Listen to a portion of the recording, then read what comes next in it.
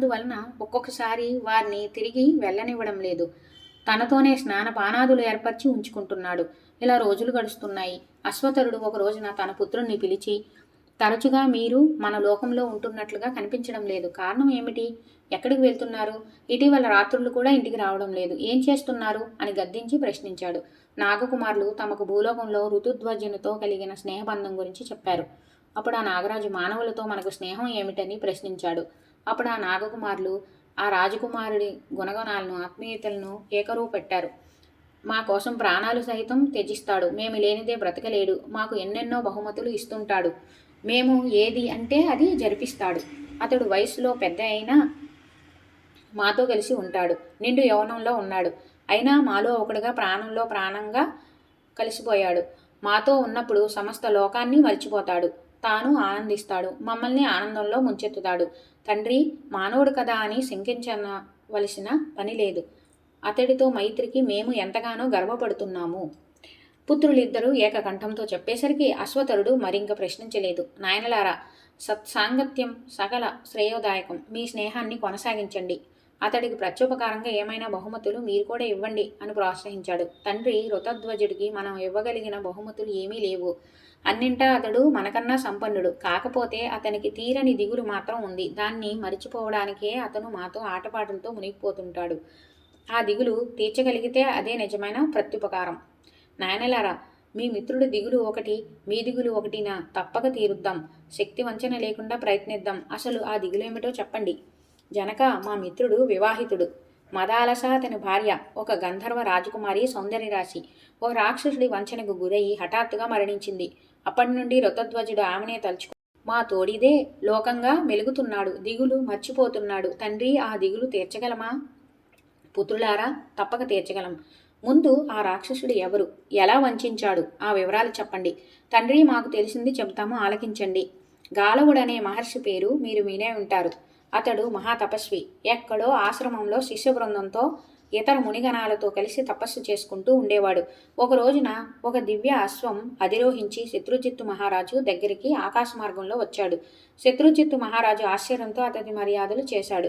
గాలవుడు సంతోషించి, మహారాజా, మా ఆశ్రమంలో తపస్సులకు రాక్షస పీడ ఎక్కువగా ఉంది. మా తపశ్శక్తిని ఉపయోగించి ఆ రాక్షసుల్ని శాపాగ్నికి గురి చేద్దామంటే వెనుకటికి విశ్వామిత్రుడి వలె తపస్సును వృధా చేసుకోవడం ఇష్టం లేదు.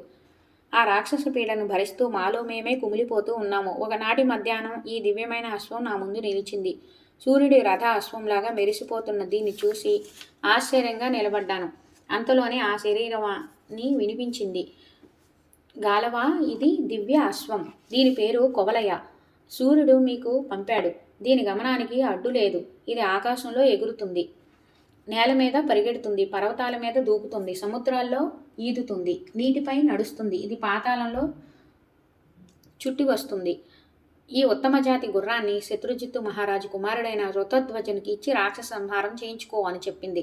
కాబట్టి శత్రుజిన్ మహారాజా, నీ దగ్గరకు వచ్చాము. నీ పుత్రుణ్ణి నాతో పంపు. మునిజన సంరక్షణ చేసి వస్తాడు. ఈ దివ్య అశ్వంని అధిరోహించడం వల్ల నీ కుమారుడికి కువలయాశ్వుడు అనే పేరు స్థిరపడుతుంది. గాలవాముని అభ్యర్థనను శత్రుజిత్ మహారాజు ఆజ్ఞగా అంగీకరించి దశరథ మహారాజు విశ్వామిత్ర మహర్షి వెంట రాముణ్ణి పంపినట్లు నేను కూడా మీ వెంట మా చిరంజీవిని పంపిస్తున్నాను అన్నాడు. వెంటనే ఋతధ్వజుడు తండ్రి పాదాలకు నమస్కరించి దివ్య అశ్వముకు మొక్కి దాని సకిలింపును అనుమతిగా గ్రహించి అధిరోహించి గాలవుడితో సహా ఆశ్రమానికి చేరుకున్నాడు. అక్కడ ఉన్న ముని బృందానికి నమస్కరించి ఆశీస్సులు పొందాడు. ఆ నిమిషం నుండి జాగరూకుడే ఆశ్రమ సంరక్షణ బాధ్యతలను స్వీకరించాడు. ఒకనాటి సాయంకాలం గాలవాదులు సంధ్యోపాసన చేస్తూ ఉండగా రాక్షసుడు పంది రూపంలో వచ్చి ఆశ్రమాన్ని అల్లకల్లోలం చేస్తున్నాడు. ఋతధ్వజుడు కొవలయాశ్వాన్ని అధిరోహించి ఆ మాయా పందిని వెంబడించాడు. బాణం దెబ్బలు తప్పించుకుంటూ శరవేగంగా పరుగు తీస్తోంది ఆ పంది. కువలయాసుడు వెంటబడి తరుముతున్నాడు. ఎట్టకేలకు ఒక బాణం దాని డొక్కలు గుచ్చుకుపోయింది. అయినా అది లెక్క చేయకుండా పరిగెడుతూ చివరికి అది పాతాళానికి చేరింది. రాకుమారుడు దాని వెంట పాతాళలోకానికి చేరుకున్నాడు. అది ఒక దివ్య భవనంలోకి ప్రవేశించి అదృశ్యమైంది. కువలయాశ్వుడు ఆ భవనం అంతా వెతికాడు.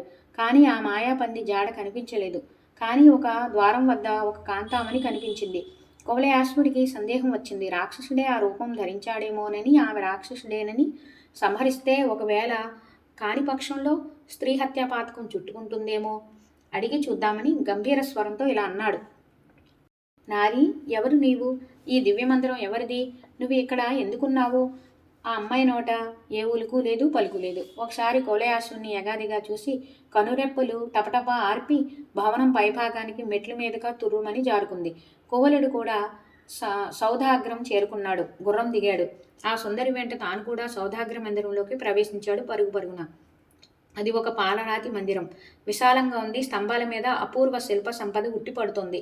ఆ మందిరంలో ఎక్కడ వాలిన చూపు అక్కడే నిలిచిపోతుంది. మందిర మధ్యభాగంలో బంగారు వేదిక, దాని మీద హంసతూలిక తల్పము.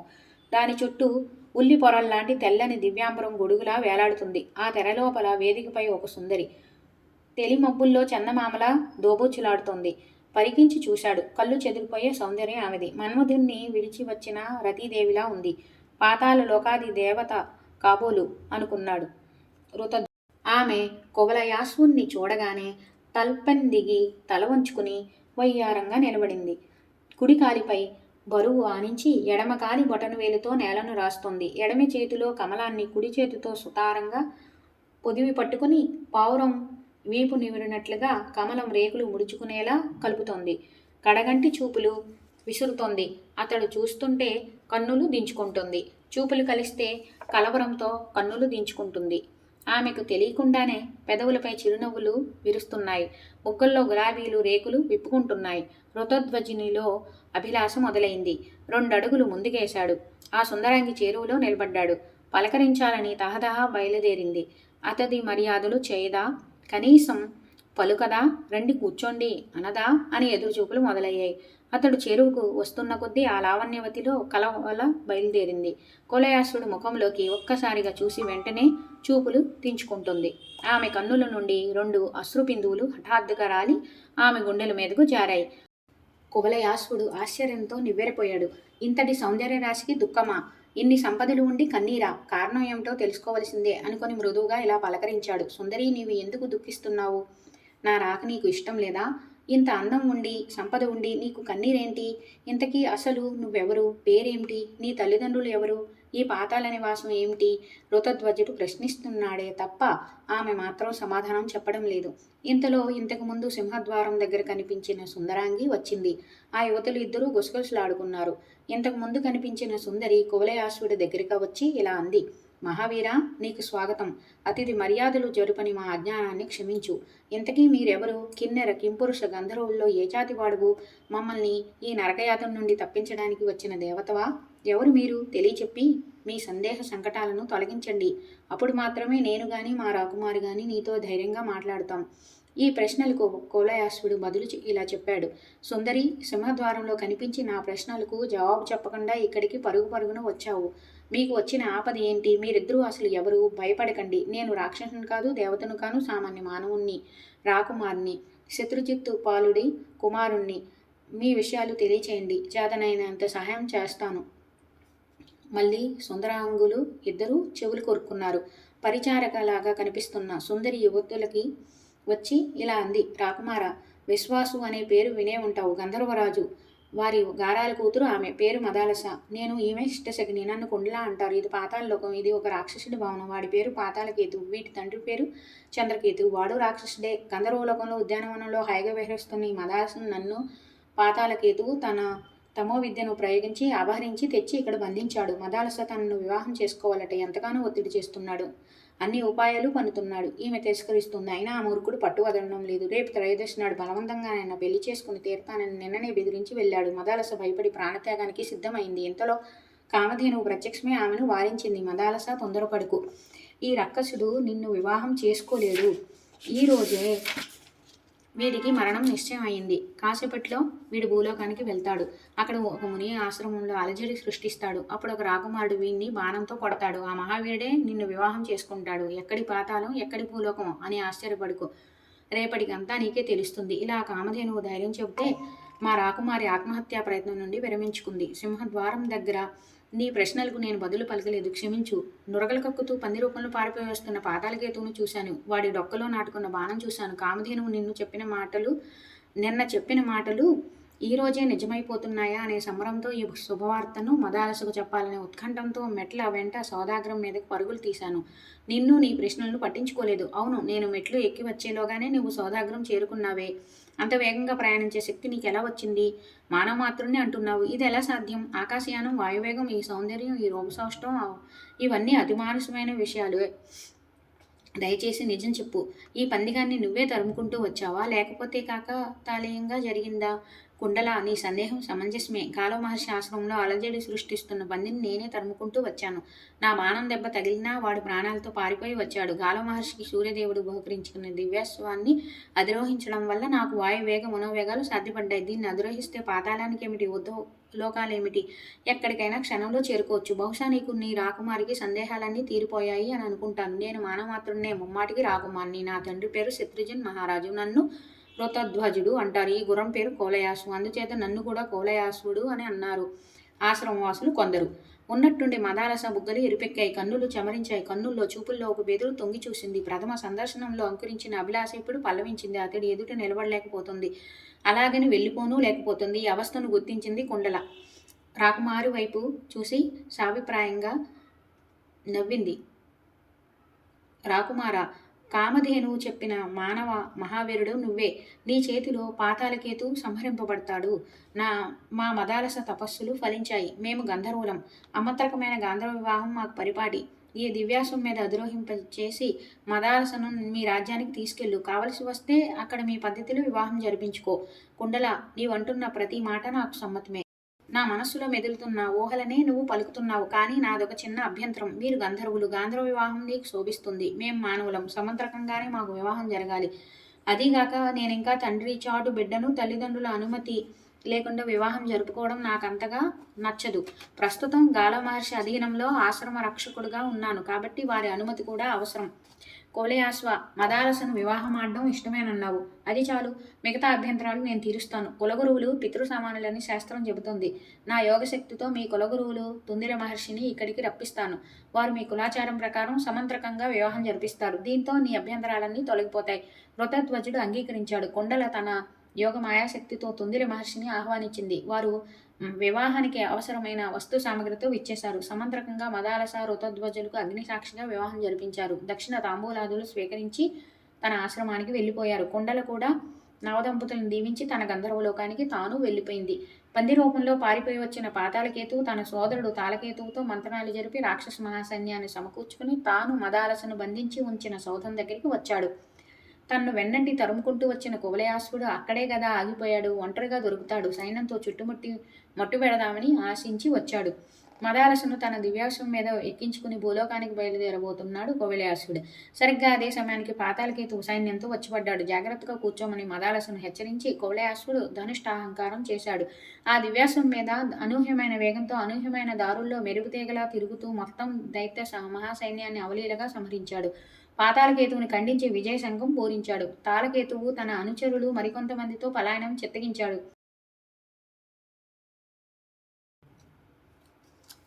మదాలస సహితుడై కువలయాసుడు భూలోకానికి వచ్చి గాలవ మహర్షికి నమస్కరించి పాతాళకేతు వధను వివరించి ఆశీస్సులు అందుకుని తన రాజధానికి వెళ్ళిపోయాడు. కువలయాశ్వానికి తగిన విడిది ఏర్పాటు చేయించాడు. తల్లిదండ్రులకు ఆ నవదంపతులు పాదాభివందనం చేసి దీవెనలు అందుకుని అంతఃపురంలో ప్రవేశించారు. రాజభోగాలు అనుభవిస్తూ శృంగార క్రీడా విలాస వినోదాలతో మురిసిపోతున్నారు. తాళకేతు కుతంత్రం. కొడుకు కోడళ్ల అనుకూల దాంపత్యాన్ని చూసి సంబరపడిపోతున్న శత్రుజిన్ మహారాజు ఒకరోజు కొడుకును చేరబిలిచి ఇలా అన్నాడు. నాయనా కుమార, అప్పుడప్పుడు సాయంకాలం వేళల్లో అయినా ముని వాటికల వైపుకి వెళ్ళి ఆశ్రమవాసుల క్షేమ సమాచారాలు తెలుసుకుని వస్తూ ఉండు. వారి కుశలమే మన కుశలం, వారి దీవెనలే మనకు శ్రీరామ రక్ష. ఇది మన రాజధర్మం కూడా అని మృదువుగా ఉపదేశించాడు. ఋతధ్వజుడు అంగీకరించి మరునాటి సాయంకాలం కువలయాశ్వాన్ని అధిరోహించి పవిత్ర యమునా తీరంలోని అడవిలోకి వెళ్ళాడు. అక్కడ ఒక దివ్యమైన ఆశ్రమం కనిపించింది. చిత్ర విచిత్ర విరాజితమైన పర్ణశాలలు కనిపించాయి. ఒక్కొక్క పర్ణశాలలో నేల కూడా ఒక్కొక్క రంగులో ఉంది. ఆ పర్ణశాలల చుట్టూతా తీర్చిదిద్దబడిన అందమైన ఉద్యానవనాలు, ఆ వనాల్లో వివిధ రూపాల్లో ఉన్న పొదరిల్లులు, కొన్ని దేవతామూర్తుల రూపాల్లో, కొన్ని రథాకారాల్లో, కొన్ని గజాస్వాది జంతువుల ఆకృతిలో, కొన్ని వివిధ పక్షి జాతుల రూపాల్లో ఉన్నాయి. వివిధ కంఠస్వరాలతో పలకరిస్తున్న పక్షుల, జంతువులు, కని విని ఎరుగని పువ్వులు, ఫలాలు. ఆశ్చర్యచకితుడై ఋతధ్వజుడు ఆశ్రమం అంతటా తిరిగాడు. తను ఏ పక్కకు వెళ్ళినా పచ్చని స్వాగత తోరణాలు అప్పుడే తన కోసమే కట్టినట్లుగా ఉన్నాయి. ఋతధ్వజుని ఆనందానికి అంతు లేకుండా పోయింది. పర్ణశాల నుండి మెల్లగా పెళ్ళుబికి వస్తున్న హోమధూపం బూడిద వర్ణంలో వినివీధికి ప్రయాణం చేస్తుంది. పెద్ద వృక్షవాటికల కింద వేద పనసలకు సంత చెప్పుకుంటున్న శిష్య బృందాలు. ఇంతలో ఒక పర్ణశాల దగ్గర ఒక మహర్షి తన కోసమే ఎదురు చూస్తూ ఉన్నట్లుగా అర్ఘ్యపాత్రతో కనిపించాడు. ఆ మహర్షి ముఖంలో తేజస్సు కనిపిస్తుంది, కానీ కన్నుల్లో ప్రశాంతి కనపడటం లేదు. ఆ మహర్షి ఏదో కలత చెంది కలవరపడుతున్నట్లు అనిపించింది. ఋతధ్వజుడు దగ్గరకు వెళ్ళి పాదావందనం చేశాడు. మహర్షి సాదరంగా ఆత్మీయంగా దారితీశాడు. మహర్షి, తమరెవరు? మీ చూపుల్లో ఏదో కలవరపాటు కనిపిస్తోంది, నిజమో? అది నా భ్రాంతియో? మీ ఆశ్రమానికి ఏ రాక్షసుల పీడలు లేవు కదా? క్రూర మృగాల బెడద కూడా లేదు కదా? ఫలం, పుష్పం, సమిధలు, జలం ఇవన్నీ మీకు సమృద్ధిగా లభిస్తున్నాయా? మా తండ్రి గారు శత్రుజన్ మహారాజు మిమ్మల్ని దర్శించి కుశల వార్తలు తెలుసుకుని రమ్మన్నారు అన్నాడు. అప్పుడు ఆ మహర్షి, నాయనా రాకుమార, తండ్రికి తగిన తనయుడు నీవు. చాలా సంతోషంగా ఉంది. అడవిలో కందమూల ఫలాదులు తింటూ జీవించే వాళ్ళం. అడవిలో మాకు ఎలాంటి బాధలు లేవు. హాయిగా మా జపాలు, మా తపస్సులు చేసుకుంటున్నాం. అయినా అడవిలోకి వచ్చి మా క్షేమ సమాచారాలు కనుక్కునే పాలకులు ఉండడం మా అదృష్టం. అయితే నా కన్నుల్లో దాగిన కలవరపాటును నీవు గ్రహించావు. దానికి కారణం ఉంది. నేను ఒక యజ్ఞం చేస్తున్నాను, అది ముగింపుకు వచ్చింది. ఇప్పుడు భూరి దక్షిణలు సమకూర్చుకోవాలి. ఎలాగా అనే దిగులు. బహుశా ఇదే నా కన్నుల్లో నీకు కనిపించి ఉంటుంది. నీకు అభ్యంతరం లేకపోతే నీ మెడలో దగదగలాడుతున్న రత్నహారాన్ని ఇచ్చి వెళ్ళు అన్నాడు. ఆ మహర్షి అడగడం ఏమిటి? రాకుమారుడు ఇవ్వడం తక్షణం జరిగిపోయాయి. అప్పుడు ఆ మహర్షి, రాకుమార, నీ దాతృత్వం నన్ను మురిపిస్తోంది. సంతోషం, ఇక్కడే ఉండు. నేను ఒకసారి యమునా నదికి వెళ్ళి జలాది దేవతను అర్పించి ఇప్పుడే వస్తాను. నీకు ఆశీస్సులు ఇస్తాను అని అందుకుని వెడుదుగాని అంటూ ఆ మహర్షి త్వరగా నది వైపుకి వెళ్ళాడు.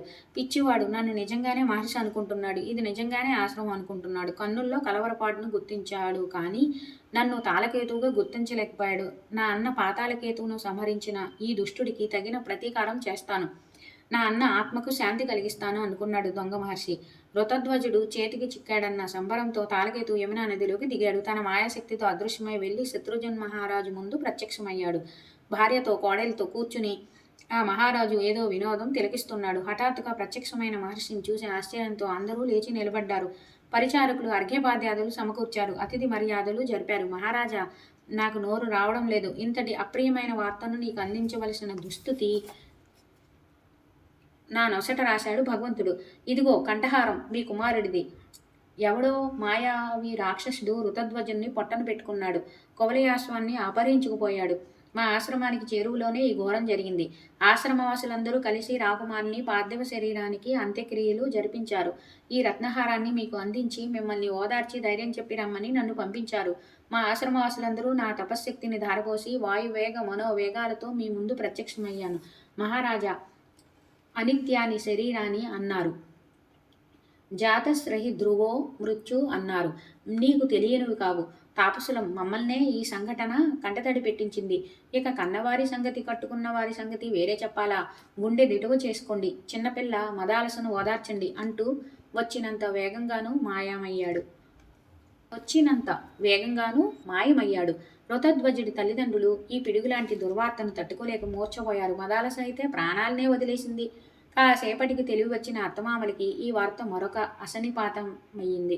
రాజధానిలో విషాద వాతావరణం అలుముకుంది. రాజధానిలో మాయమైన కపట మహర్షి తాళకేతువు మళ్ళీ ఇక్కడ ఆశ్రమంలో ప్రత్యక్షమయ్యాడు. తన రాక కొరకు ఎదురు చూస్తున్న ఋతధ్వజుని మృదువుగా కౌగిలించుకుని చిరంజీవ అని ఆశీర్వదించాడు. నాయనా రాకుమార, నన్ను కృతార్థుని చేశావు. చాలా సంతోషం. నేను చెయ్యాలని అనుకున్న అన్నీ చేసేశాను. నీకు ఆశీస్సులు కూడా ఇచ్చేశాను. కనుక నువ్వు ఇంకా నీ రాజ్యానికి బయలుదేరవచ్చు అన్నాడు. ఋతధ్వజుడు మాయా మహర్షికి మరోమారు సాష్టాంగ నమస్కారం చేసి సెలవు తీసుకుని తన కువలయాశ్వం అధిరోహించి రాజధానికి చేరుకున్నాడు. తనను చూసిన పౌరులందరూ గుసగుసలాడుకుంటూ నివ్వెరపోయి చూస్తున్నారు. పోనీలే, బ్రతికే ఉన్నాడు, ప్రాణాలతో తిరిగి వచ్చాడు, అదృష్టవంతులం, చిరంజీవ అంటూ ఉన్నారు. రాకుమారుడు ఇదేంటో ఎందుకిలా వారు అంటున్నారో అర్థం కాలేదు. రాజమందిరం చేరుకున్నాడు.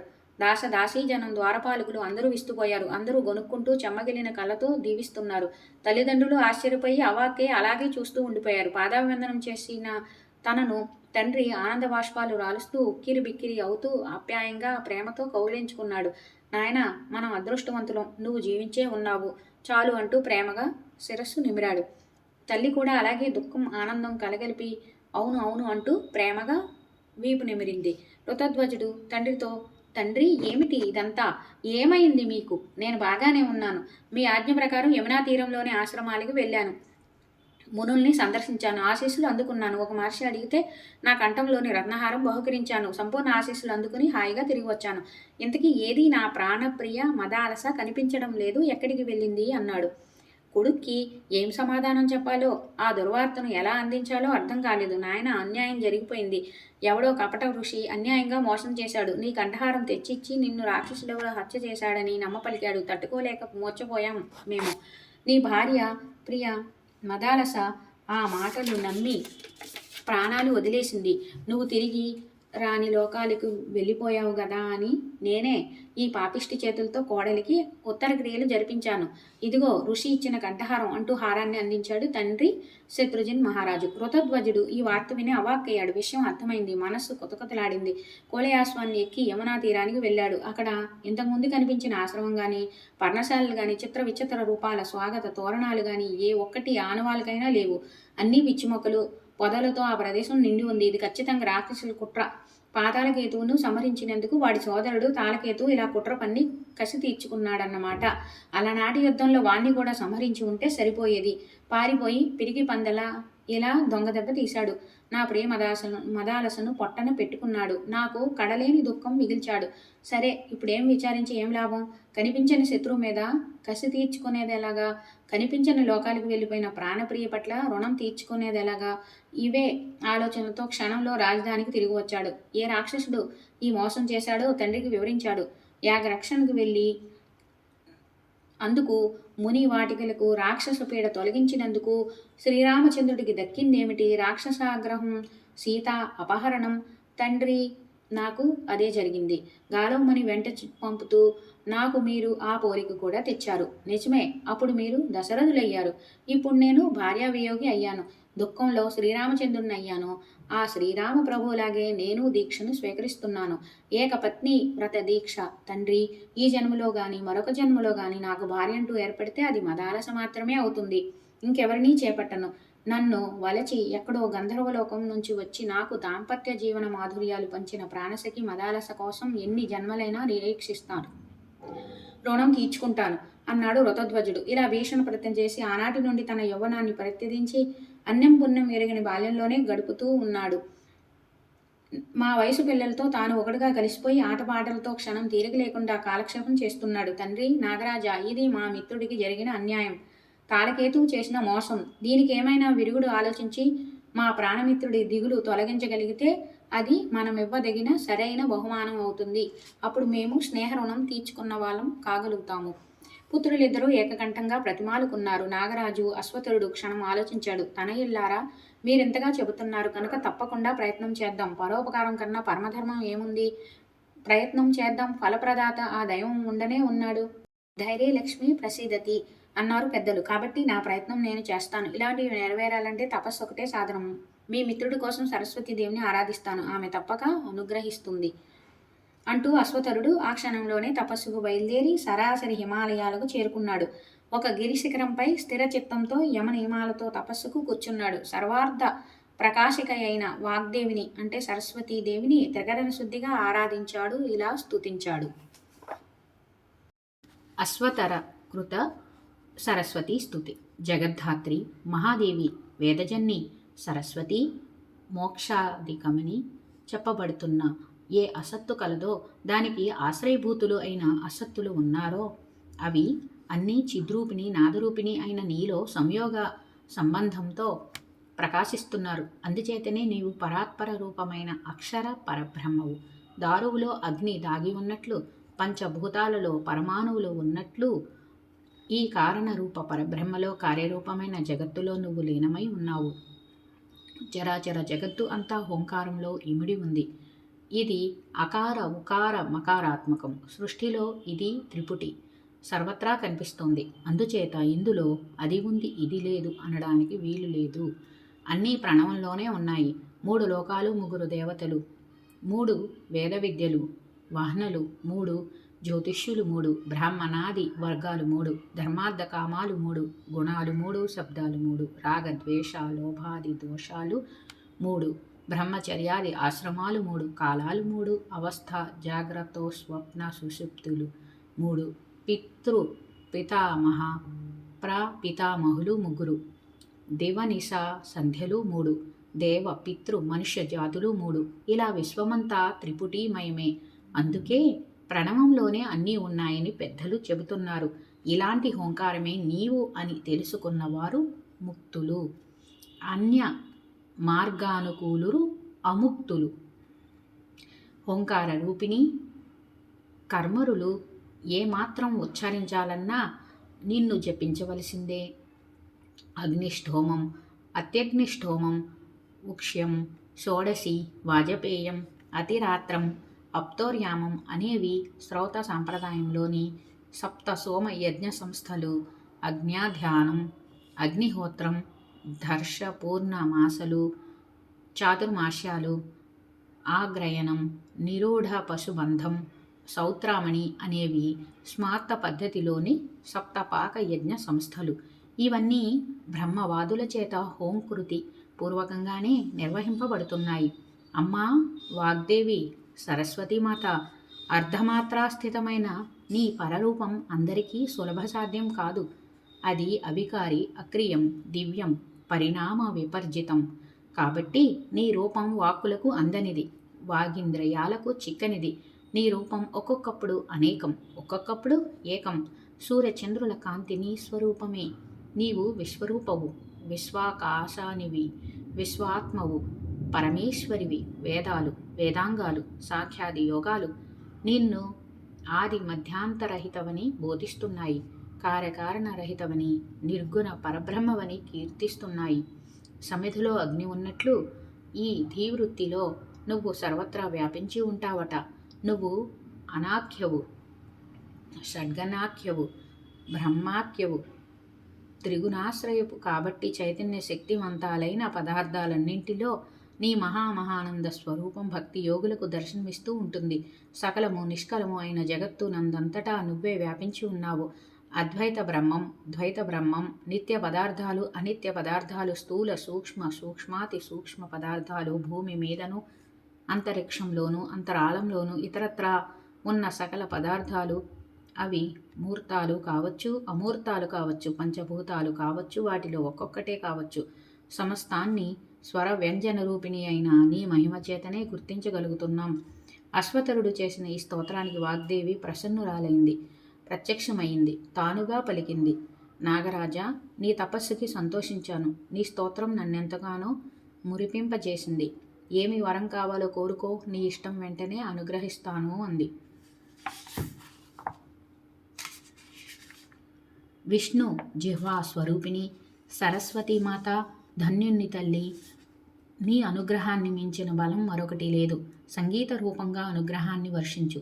నాకు, నా సోదరుడు కంబలుడికి సంగీత స్వర సంపదను సమగ్రంగా ప్రసాదించు.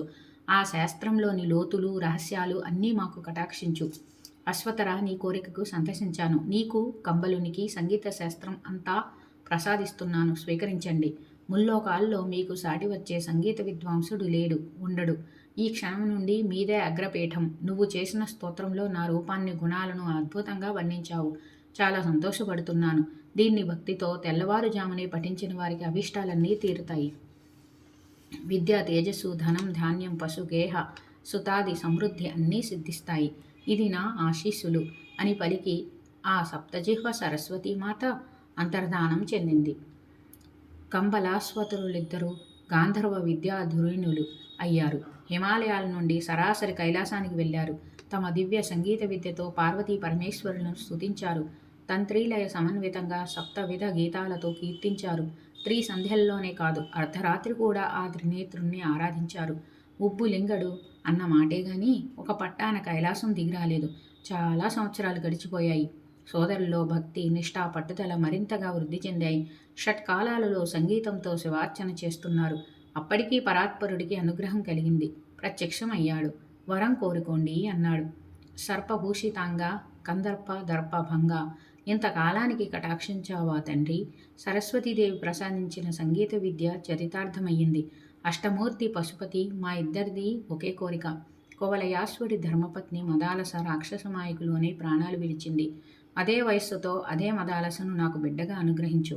జాతిన్ స్మరురాలై మునిపటిలాగానే శాంతికి సహనానికి పెట్టింది పేరై బ్రహ్మ విద్యా పరాయణురాలై యోగినిగా యోగమాతగా విరాజిల్లేట్లు కరుణించు. నాగరాజా, మీరు నాకు ఆభరణములు, అందుకని మీరు అంటేనే నాకు ప్రత్యేకమైన ప్రేమ. ఈ కోరికతో అది రెట్టింపు అయ్యింది. కువలయాశ్వుడి సౌఖ్యం కోసం మీరు వరం అడుగుతున్నారు. మీ కోరిక తప్పక నెరవేరుతుంది. మదాలస నీ ఇంట కూతురై పునర్భవం పొందుతుంది. దీనికి నీవు చేయవలసిన పని ఒకటుంది. నీ ఇంట జరిగే పితృతిథి నాడు మధ్యమ పిండాన్ని నువ్వు భుజించాలి. మదాలసను తలుచుకుంటూ భుజించాలి. పితృపూజ చేయాలి. ఆ క్షణంలోనే మదాలస యథాతథంగా అంటే మరణించినప్పటి వయోరూప గుణాలతో ఆవిర్భవిస్తుంది. కంబలాశ్వతులను ఆశీర్వదించి కాలకంఠుడు అదృశ్యమయ్యాడు. సోదరులిద్దరూ సంతోషంగా పాతాళానికి తిరిగి వెళ్లారు. పితృతిథి వచ్చింది. ఈసారి సోదరులిద్దరే ఏకాంతంగా శ్రద్ధగా శ్రాద్ధ విధులు నిర్వహించారు. మధ్యమ పిండాన్ని శివుడు ఆజ్ఞ ప్రకారం మదాలసను స్మరిస్తూ అశ్వత్థరుడు భుజించాడు. చిన్నగా నిట్టూర్పు విడిచాడు. అదే సమయంలో అతడి మధ్యమ ఫనాగ్రభాగం నుండి మదాలస సద్యోవానంతో ఆవిర్భవించింది. ఈ విషయాన్ని రహస్యంగా ఉంచాలని సోదరులిద్దరూ నిర్ణయించుకున్నారు. తమకు విశ్వాసపాత్రమైన ఇద్దరు నాగకన్యలను పిలిచి మదాలసకు తోడు ఇచ్చి రహస్య స్థావరంలో విడిది ఏర్పాటు చేశారు. ఋతుధ్వజనికి బహుకరించడం కోసం మదాలసను పునర్జీవితురాలను చేస్తానని తపస్సుకు వెళ్ళిన తండ్రి ఇంటికి తిరిగి వచ్చాడే తప్ప తెచ్చిందేమీ కనిపించలేదు. నాగకుమారులకి ఏమైందని అడిగే ధైర్యం లేక మిన్నకుండపోయారు. ఎప్పటిలాగే బ్రాహ్మణ బాలుర రూపాలు ధరించి భూలోకానికి వెళ్ళి ఋతుధ్వజుడితో ఆడుతూ ఉన్నారు.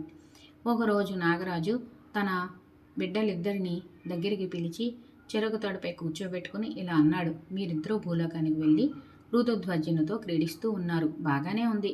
ఒక్కసారి అయినా అతన్ని మన లోకానికి తీసుకురాలేదేమి? ఇదే నా స్నేహం అంటే? అతడికి మీరు ఏదో ప్రత్యుపకారం చేయాలని అనుకున్నారు. మళ్ళీ ఆ మాటే అడగలేదు.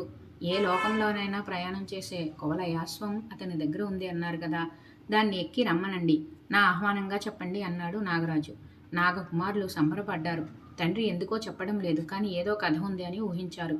వెంటనే బయలుదేరి భూలోకం చేరుకున్నారు. బ్రాహ్మణ బాలకులుగా మారిపోయారు. ఋతుధ్వజుని కలుసుకున్నారు. కాసేపు ఆటపాటలయ్యాయి. మిత్రమా, మనం ఇన్నాళ్ళు కలిసిమెలిసి తిరిగాం. నువ్వు మాత్రం ఒకసారైనా మా ఇంటికి రాలేదు. రమ్మని పిలవందే రాకుమారుడివి ఎలా వస్తావు? పిలవని తప్పు మాదే. మా తండ్రి గారు ప్రత్యేకంగా చెప్పమన్నారు. వారు నిన్ను చూడాలంటున్నారు.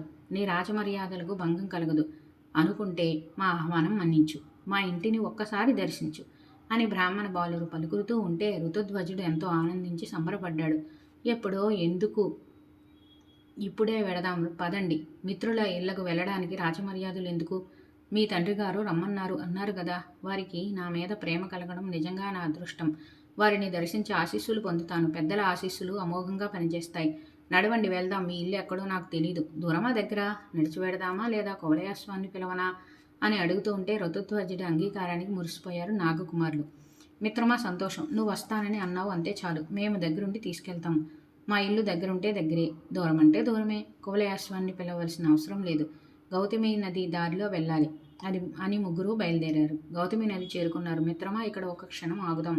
పవిత్ర నదికి ఆచమించి సూర్యునికి అర్ఘ్యం ఇవ్వడం మన విధి. నువ్వు నదిలో దిగి దోషిట నీళ్లు పట్టి కళ్ళు మూసి తెరిచేలోగా మనం మా ఇంటి దగ్గర ఉంటాం. నిజం నువ్వే చూస్తావుగా అన్నారు. అన్నట్లుగానే ఋతుధ్వజుడు కళ్ళు మూసి తెరిచేసరికి నాగలోకంలో ఉన్నారు. తన మిత్రులు బ్రాహ్మణ కుమారులు ఇప్పుడు సర్ప శిరస్సులతో నాగకుమారులయ్యారు. ఇదేమిటని ఆశ్చర్యపోతున్నాడు ఋతుధ్వజుడు. చెరికాడా, క్షమించు. మేం బ్రాహ్మణ కుమారులం కాదు, నాగరాజు కుమారులం. ఇది నాగలోకం. నీతో స్నేహాన్ని వదులుకోలేక నిజం చెప్తే నువ్వు మాతో స్నేహం చేయవని తలచి ఇంతకాలం బ్రాహ్మణ కుమారులుగా గడిపాం. ఇది మా ఆనందం కోసం చేసిందే తప్ప నిన్ను మోసగించాలని మాత్రం కాదు. అయినా స్నేహధర్మానికి విరుద్ధంగా నీ నుండి ఈ ఒక్క విషయాన్ని దాచాం కనుక క్షంతవ్యులం అన్నారు. ఋతధ్వజుడు ప్రేమగా, మిత్రులారా, అంత మాటలు ఎందుకు, పర్వాలేదు. మీ ఆనందం కోసం అయినా నాకు ఆనందం పంచారు కనుక ఇందులో క్షమార్పణల ప్రసక్తి లేదు. మన స్నేహం ఇలాగే కలకాలం కొనసాగాలని నా ఆకాంక్ష. అది సరే గాని నడవండి, మీ నాగలోక అందాలన్నీ నాకు చూపించండి అన్నాడు. ముగ్గురు కలిసి నాగలోక ప్రధాన వీధులన్నీ తిరిగారు. ఋతధ్వజుడు అక్కడి సిరి సంపదలకు మురిసిపోయాడు. సాయంకాలం అయ్యేసరికి నాగకుమారులు ఋతధ్వజుని తమ ఇంటికి తీసుకొచ్చారు. తండ్రికి పరిచయం చేశారు. ఋతధ్వజుడు వినయ విధేయతలతో సాష్టాంగ నమస్కారం చేశాడు. అశ్వతరుడు ఋతధ్వజుడిని ఆనందంతో ప్రేమగా లేవనెత్తి కౌగిలించుకుని శిరస్సు నిమురుతూ చిరంజీవా అని ఆశీర్వదించాడు. నాయన, మా పిల్లలు రోజూ చెప్తుంటారు నీ గురించి, నీ గుణగణాలు, నీ సౌహార్ద్రం, నీ మంచి మనస్సు, నీ గాంభీర్యం, నీ ప్రతిజ్ఞ, నీ సౌశీల్యం, నీ పరాక్రమం అన్నీ విన్నాను. ఎప్పటి నుండో నిన్ను చూడాలని ఇప్పటికీ ఇలా పొసగింది. రా, ఇలా వచ్చి ఈ ఆసనంపై కూర్చో. ఈరోజు మాకు పండగ. మా ప్రియమైన అతిథివి. రాక మొదటిసారిగా వచ్చావు. తగ్గ మర్యాదలు చెయ్యని. దయచేసి దేనికి అడ్డు చెప్పకు. ఇవి నేను ప్రేమతో చేస్తున్నవి. కాదనడానికి వీల్లేదు. స్వీకరించవలసిందే. అశ్వతరుడు ఇలా మాట్లాడుతూనే ఋతధ్వజుణ్ణి సముచిత ఆసనంపై కూర్చుండబెట్టి గంధమాల్యాదులు అలంకరించి రత్నఖచిత నానావిధ స్వర్ణభూషణాలు ధరింపచేశాడు. నూతన పట్టు వస్త్రాలు అందించాడు. నాయనా, ఇప్పుడు నాకు చాలా తృప్తిగా ఉంది. నీకేమైనా వరం ఇవ్వాలని అనుకుంటున్నాను. ఏమి కావాలో ఇష్టమైంది కోరుకో అన్నాడు. ఋతధ్వజుడు ఆసనం దిగి నాగరాజుకి పాదాభివందనం చేశాడు. నాగవల్లభ, దైవానుగ్రహం వల్ల మీ వంటి పెద్దల ఆశీస్సుల వల్ల నాకు ఏ లోటు లేదు. మా ఇంట సకల సంపదలు సమృద్ధిగా ఉన్నాయి. అందువల్ల నేను కోరుకోవలసింది ఏమీ లేదు.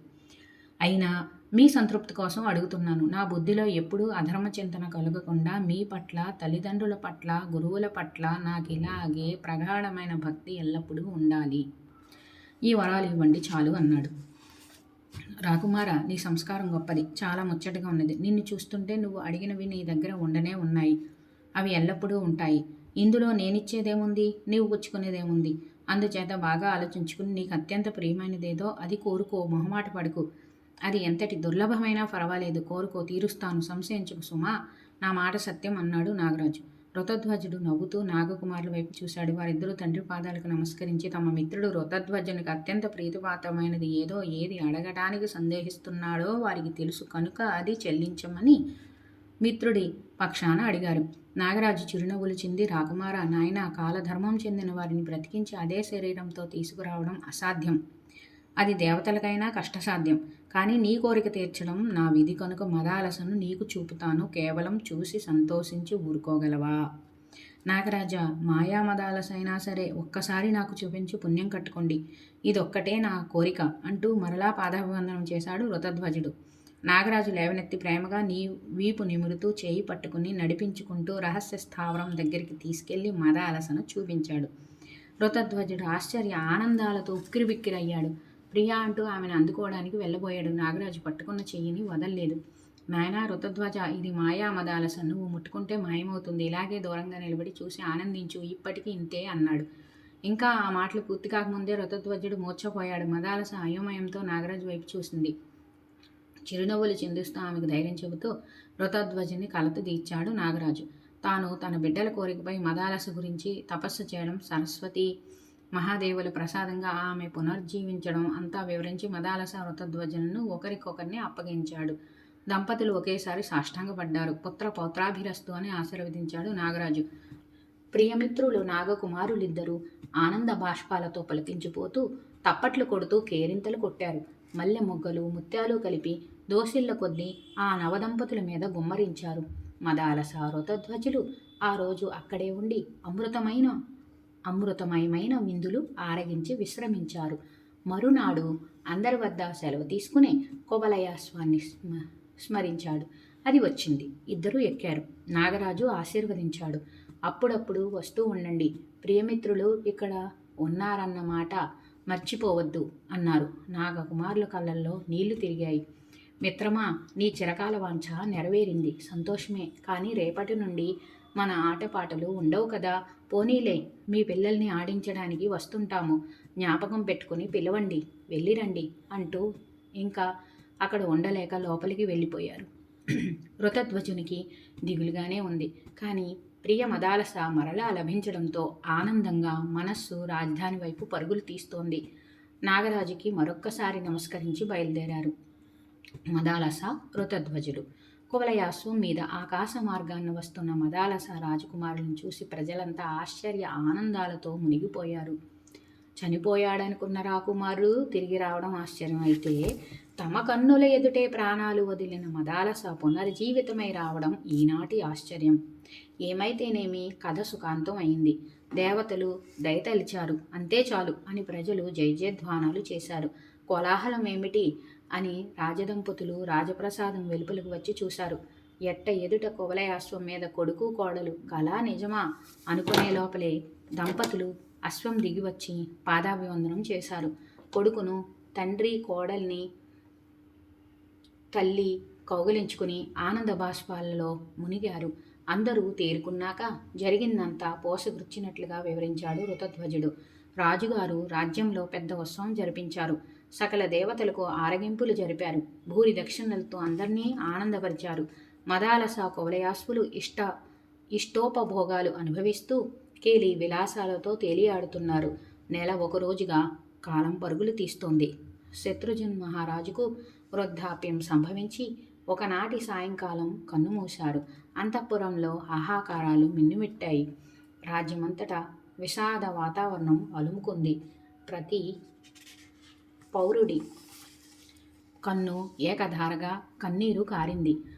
ఎందరూ విలపిస్తేనేమి, ఎంతగా పిలిస్తేనేమి, ఏది ఆగదు కదా.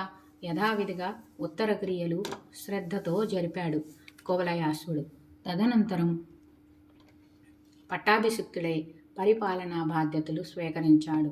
ప్రజలను సొంత బిడ్డల్లా చూసుకుంటూ ప్రజారంజకంగా పరిపాలన చేస్తూ ఉన్నాడు. దేవతలు కరుణించి మదాలస గర్భం ధరించింది. చెంపకుచారుడు కన్నులతో మగబిడ్డ జన్మించాడు. కువలయాశ్వుడు సంబరపడి రాజ్యమంతటా ఉత్సవం జరిపించాడు. పుట్టిన బిడ్డకి జాత కర్మాదులన్నీ జరిపించి విక్రాంతుడు అని నామకరణం చేశారు. రాజోద్యోగులు, బంధుమిత్రులు అందరూ సంతోషించారు. ఆ సమయంలో మదాలస మాత్రం అదోలా నవ్వింది.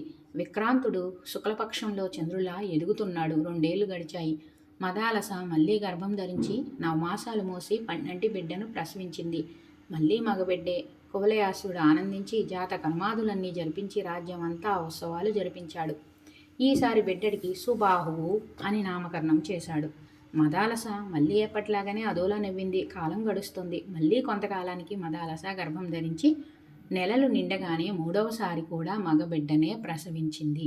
ఈసారి బిడ్డడికి శత్రుమర్ధనుడు అని నామకరణం చేశారు. మదాలస మళ్ళీ ఎప్పటిలాగానే నవ్వింది. కాకపోతే ఈసారి బిగ్గరగా నవ్వింది. కువలయాశ్వుడికి సందేహం వచ్చింది. ఎందుకు నవ్వావు అడిగాడు. అందుకామె బదులు చెప్పలేదు. కొంతకాలానికి 4వ బిడ్డ కూడా కలిగాడు. ఈ నామకరణం చెయ్యబోతూ కువలయాశ్వుడు మదాలస 3 బిడ్డలకి నేనే పేర్లు పెట్టాను. అప్పుడల్లా నువ్వు నవ్వావు. కారణం చెప్పావు కాదు. ఇప్పుడైనా చెప్పు. బహుశా నేను పెట్టిన పేర్లు నీకు నచ్చలేదేమో.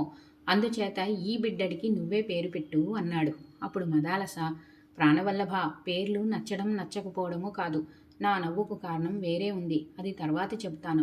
ముందు ఈ బిడ్డడికి అలర్కుడు అని నామకరణం చేయండి. వీడు చిరంజీవిగా వర్ధిల్లుతాడు అంది. కువలయాశ్వుడు అలాగే చేశాడు. విక్రాంతుడు, సుబాహు, శత్రుమర్ధనుడు, అలర్కుడు 4 బిడ్డలు దినదిన ప్రవర్ధమానం అవుతున్నారు. సుమతి తన తండ్రికి చెప్తున్న వృత్తాంతాన్ని వేదధర్ముడు దీపకునితో చెబుతున్నాడు. శ్రద్ధగా వింటున్న దీపకుడి కుతూహలం పెరిగింది. గురుదేవా, అనంతర కథ ఏమిటి? మదాలస ఎందుకు నవ్వింది? అందులో ఏదో అంతరార్థం ఉండి ఉంటుంది. ఆమె యోగమాత, మహాయోగిని కదా. పైగా సరస్వతీ మహాదేవుల వరప్రభావం వల్ల పునర్జన్మించిన నాయే. గురుదేవా, ఇవన్నీ ఆసక్తి కలిగిస్తున్న అంశాలే. ఆ తండ్రి కొడుకుల సంభాషణగా సాగిన అనంతర కథను త్వరగా చెప్పండి. కథలో గొప్ప పట్టు ఉంది. మీరు చెబుతుంటే అది మరింతగా రక్తిగట్టి కుతూహలంతో ఊపేస్తుంది అన్నాడు. వేదధర్ముడు సరేనని తండ్రి కొడుకుల సంభాషణని యథాతథంగా వివరిస్తున్నాడు. ఒకరోజు కువలయాశ్వుడు, ప్రాణప్రియ మదాలస, ఇంతకీ నా సందేహం నువ్వు తీర్చలేదు. బిడ్డలకి నామకరణం చేసినప్పుడల్లా నీవు నవ్వావు. ఎందుకు? ఆ పేర్లు నచ్చలేదా? అందామా అంటే అవి చాలా చక్కటి పేర్లు. పోనీ నువ్వు 4వ వాడికి పెట్టిన పేరు ఏమైనా గొప్పదా? అందులో విపరీత అర్థాలు ఉన్నాయా? ఏమీ లేదు. అలరక శబ్దానికి పిచ్చి కుక్క అని అర్థం. అంతగా హేళన చేసి నువ్వు పెట్టిన పేరు గొప్పదా ఉందా? అసలు నీవు ఎందుకు నవ్వావో చెప్పు. యోగ విద్యా రహస్యాలు తెలిసిన దానివి. బిడ్డల భవిష్యత్తు ఊహించి నవ్వావా ఏమిటి అడిగాడు. తన నవ్వును అవహేళనగా భావించి భర్త ఇలా నిగ్గతీస్తుంటే మదాలస కంగారు పడింది. సమాధానం చెప్పకపోతే భర్త మనసు నొచ్చుకుంటుంది అని గ్రహించి, నాథ, నిన్ను కించపరచాలని నవ్వలేదు. బిడ్డల భవిష్యత్తు దర్శించి నవ్వలేదు. కొంచెం ఆలోచిస్తే నేనెందుకు నవ్వానో నీకే తెలుస్తుంది. పెద్దవాడికి విక్రాంతుడని పేరు పెట్టారు. క్రాంతి అంటే గతి అనే అర్థం. ఈ పేరు దేహానికి పెట్టినట్లా, ఆత్మకి పెట్టినట్లా? దేహమైతే జడ పదార్థం కనుక కదల్లేదు. మరి దేహానికి క్రాంతి అని పేరు ఎలా కుదురుతుంది? ఆత్మ అనేది సర్వవ్యాపకం, అంతటా వ్యాపించి ఉన్నదానికి ఇంకా కదలడం ఎలా కుదురుతుంది? కాబట్టి విక్రాంతుడు అనే పేరు ఇటు దేహానికి ఆత్మకి కుదిరేది కాదు. ఇలాంటి పేరు పెట్టారేమిటి అని నవ్వొచ్చింది. రెండో వాడికి సుబాహు అని పేరు పెట్టారు. మంచి దృఢమైన బాహువులు కలవాడు అని అర్థం. ఆత్మ పదార్థం నిరవయం, అవయవములు లేనిది కాబట్టి దానికి ఆ పేరు అన్వయించదు. జడమైన శరీరానికి బాహువులుండి ప్రయోజనం లేదు. అందుచేత ఈ పేరు నాకు నవ్వు రప్పించింది. మూడో వాణ్ణి శత్రుమర్దనుడు అన్నారు. అవునా? ఇక్కడ నాకు అవే సందేహాలు. అనస్వరమైన ఆత్మ పదార్థం సర్వవ్యాపి, అంతటా తానే, దానికి శత్రువులు లేరు, మిత్రులు లేరు. మరి ఎవరి శత్రువులను మర్దిస్తుంది? సమాధానం ఉన్నదా? అదిగాక అహంకార కల్పితాలైన క్రోధాది భావాలు, స్వపర భేదాలు దానికెక్కడివి? జడమైన శరీరానికి మర్దనం పొసగదు. అందుచేత ఈ పేరు కూడా నవ్వు రప్పించింది. ఎవరు ఎవరికి ఏ పేరు పెట్టినా ఈ తగువ తప్పదు. సార్థక నామధేయ అసంభవం. కానీ లోకం వ్యవహారం సాగాలి కనుక అందుకని ఏదో ఒక పేరు పెట్టాలి. ఎంతో అందమైన పేరు పెట్టామని మురిసిపోవడం అదొక వెర్రి పిచ్చి. అందుకని అర్థం పర్థం లేకుండా ఆలోచించకుండా అలర్కుడన్నాను. మీరు పెట్టినవి పేర్లే, నేను పెట్టింది పేరే. వ్యవహారం కోసం ఏదో ఒక పేరు అంతే. కోలయాసుడు మరింక మాట్లాడలేదు. గంభీర వదనంతో ఇంతటి తార్కిక దృష్టి ఉన్న ఈ మదాలస ఆనాడు నా మరణవార్త వినగానే ప్రాణాలు ఎందుకు వదిలేసిందో అనుకుంటూ భారంగా కదిలాడు. మదాలస తన బిడ్డల్ని పెంచడంలో కూడా ఇదే తత్వదృష్టితో పెంచింది. పెద్దవాణ్ణి ఉయ్యాల్లో వేసినప్పటి నుంచి వైరాగ్య గీతాలు జోలబాడింది. బిడ్డ, ఎందుకు రోధిస్తావు? నామరూపాలు లేని శుద్ధాత్ముడవు నీకు విక్రాంతుడని ఈ పేరు ఎలా పెట్టారనా? పంచభూతాలతో ఏర్పడిన ఈ శరీరానికి ఏ శబ్దం అన్వయిస్తుందనా? ఎవడు ప్రభువనా? ఎందుకు ఏడుస్తున్నావు? ఒక భూతం నుండి మరొక భూతం అభివృద్ధి చెందినట్లే ఈ శరీరం కూడా అన్న పానాదులతో ఎదుగుతుంది. వాటి వల్లనే క్షీణిస్తుంది. వృద్ధి క్షయాలకు సాక్షిగా పిలిచే నీవు ఆత్మవు. నిజానికి బిడ్డ, నీకు హాని వృద్ధులు లేవు. ఈ శరీరం నీకు తొడుగు లాంటిది. ఇందులో నీవు బందీవి. చావు పుట్టుకుల చక్రంలో తగులుకుని అస్వతంత్రునిగా తిరుగుతుంటావు. తల్లిదండ్రులని, బంధుమిత్రుల్ని నాదని నీదని అహంకార మమకారాలతో బంధనాలు ఏర్పరచుకుంటావు. ఎందుకురా నాయనా ఇదంతా? అజ్ఞానకృతమైన ఈ అహంకారాలను విడిచిపెట్టు. కర్మలు, కర్మబంధాలు అన్నీ పటాపంచులవుతాయి. అదే నిజమైన తెలివి. దుఃఖాలు తొలగించుకోవాలని, సుఖాలు కలిగించుకోవాలని అందరూ ప్రయత్నిస్తుంటారు. ఇది అవివేకం. నీకు దుఃఖాలు వద్దు, సుఖాలు వద్దు, రెండింటినీ వదిలించుకోవడమే నిజమైన వివేకం, నిజమైన జ్ఞానం. ఇది అలవర్చుకో కుమారా. ఈ సృష్టిలో కామ పురుషార్థానికి లొంగనివాడు లేదు కదా. నారీమణి అంటేనే నరకానికి మారుపేరు. తనలాగే పుట్టి తనలాగే పెరిగిన వనితలో అదనంగా ఏమి ఆకర్షణ ఉన్నదో చెప్పగలడా? మలమూత్రాలకి నిలయమైన మర్మాంగాలు సుఖాన్ని కలిగిస్తాయి అనుకోవడం మూఢత్వం కదూ. పోనీ సౌందర్యరాశి అని కులుకుతున్న నీ శరీరం కానీ, నీ తరుణిమని శరీరం కానీ శాశ్వతంగా నిలుస్తాయా? ఎదుగుదల అంతా పతనాభిముఖంగానే. యవ్వనం వ్రాహంలా పారిపోగానే వార్ధక్యం ఆవరించి నీ శరీరం నీకే అసహ్యమవుతుందే. ప్రేయసిపై ఏవగింపు కలుగుతుందే. ఆకర్షణలు కళ్ళ ముందే కరిగిపోతున్నా ఎన్ని తరాలు గడిచినా గుర్తించరేమి అని త్యాని శరీరాన్ని అన్నారు. అందువల్ల శరీరాన్ని నమ్ముకోవడం ఏంటి? దీని మీద మమకారం పెంచుకోవడం ఏమిటి? ఎంత పిచ్చి, ఎంత వెర్రి! కుమారా, నువ్వు మాత్రం నిత్యము, సత్యము, శివము, సుందరము అయిన పరతత్వాన్ని నమ్ముకో. సుఖ దుఃఖాలకు అతీతంగా జీవన్ముక్తుడివై వర్ధిల్లు. ఈ రకమైన జోలలతో, బోధలతో బిడ్డల్ని పెంచింది. మొదటి ముగ్గురు విరాగులై సామ్రాజ్యాన్ని, సంసారాన్ని తృణీకరించి ముని వృత్తిని స్వీకరించి అడవులకు వెళ్ళిపోయారు. తండ్రి గాని, రాజగురువులు గాని చేసిన ఏ ఉపదేశము వారికి చెవికి ఎక్కలేదు. బ్రహ్మవాదిని అయిన కన్నతల్లి చెప్పినదే వారికి వేదమయ్యింది. అదే రుచించింది. బ్రహ్మజ్ఞానులై వెళ్ళిపోయారు. కువలయాశ్వుడికి దిగులు పట్టుకుంది. నాలుగో వాడినైనా దక్కించుకోకపోతే సింహాసనమే కాదు, వంశమే నిలబడదని గ్రహించాడు. అలర్కుడికి వైరాగ్య గీతాలు, జోలలు పాడకుండా కట్టడి చేశాడు. నువ్వు నిజంగా పతివ్రతవే అయితే నా మాట జవదాటకూడదు. అలర్కుడికి జీవితం పట్ల రుచి కలిగించు, అనుకూల చింతనను కలిగించు. నివృత్తి మార్గం కాదు, ప్రవృత్తి మార్గం బోధించు.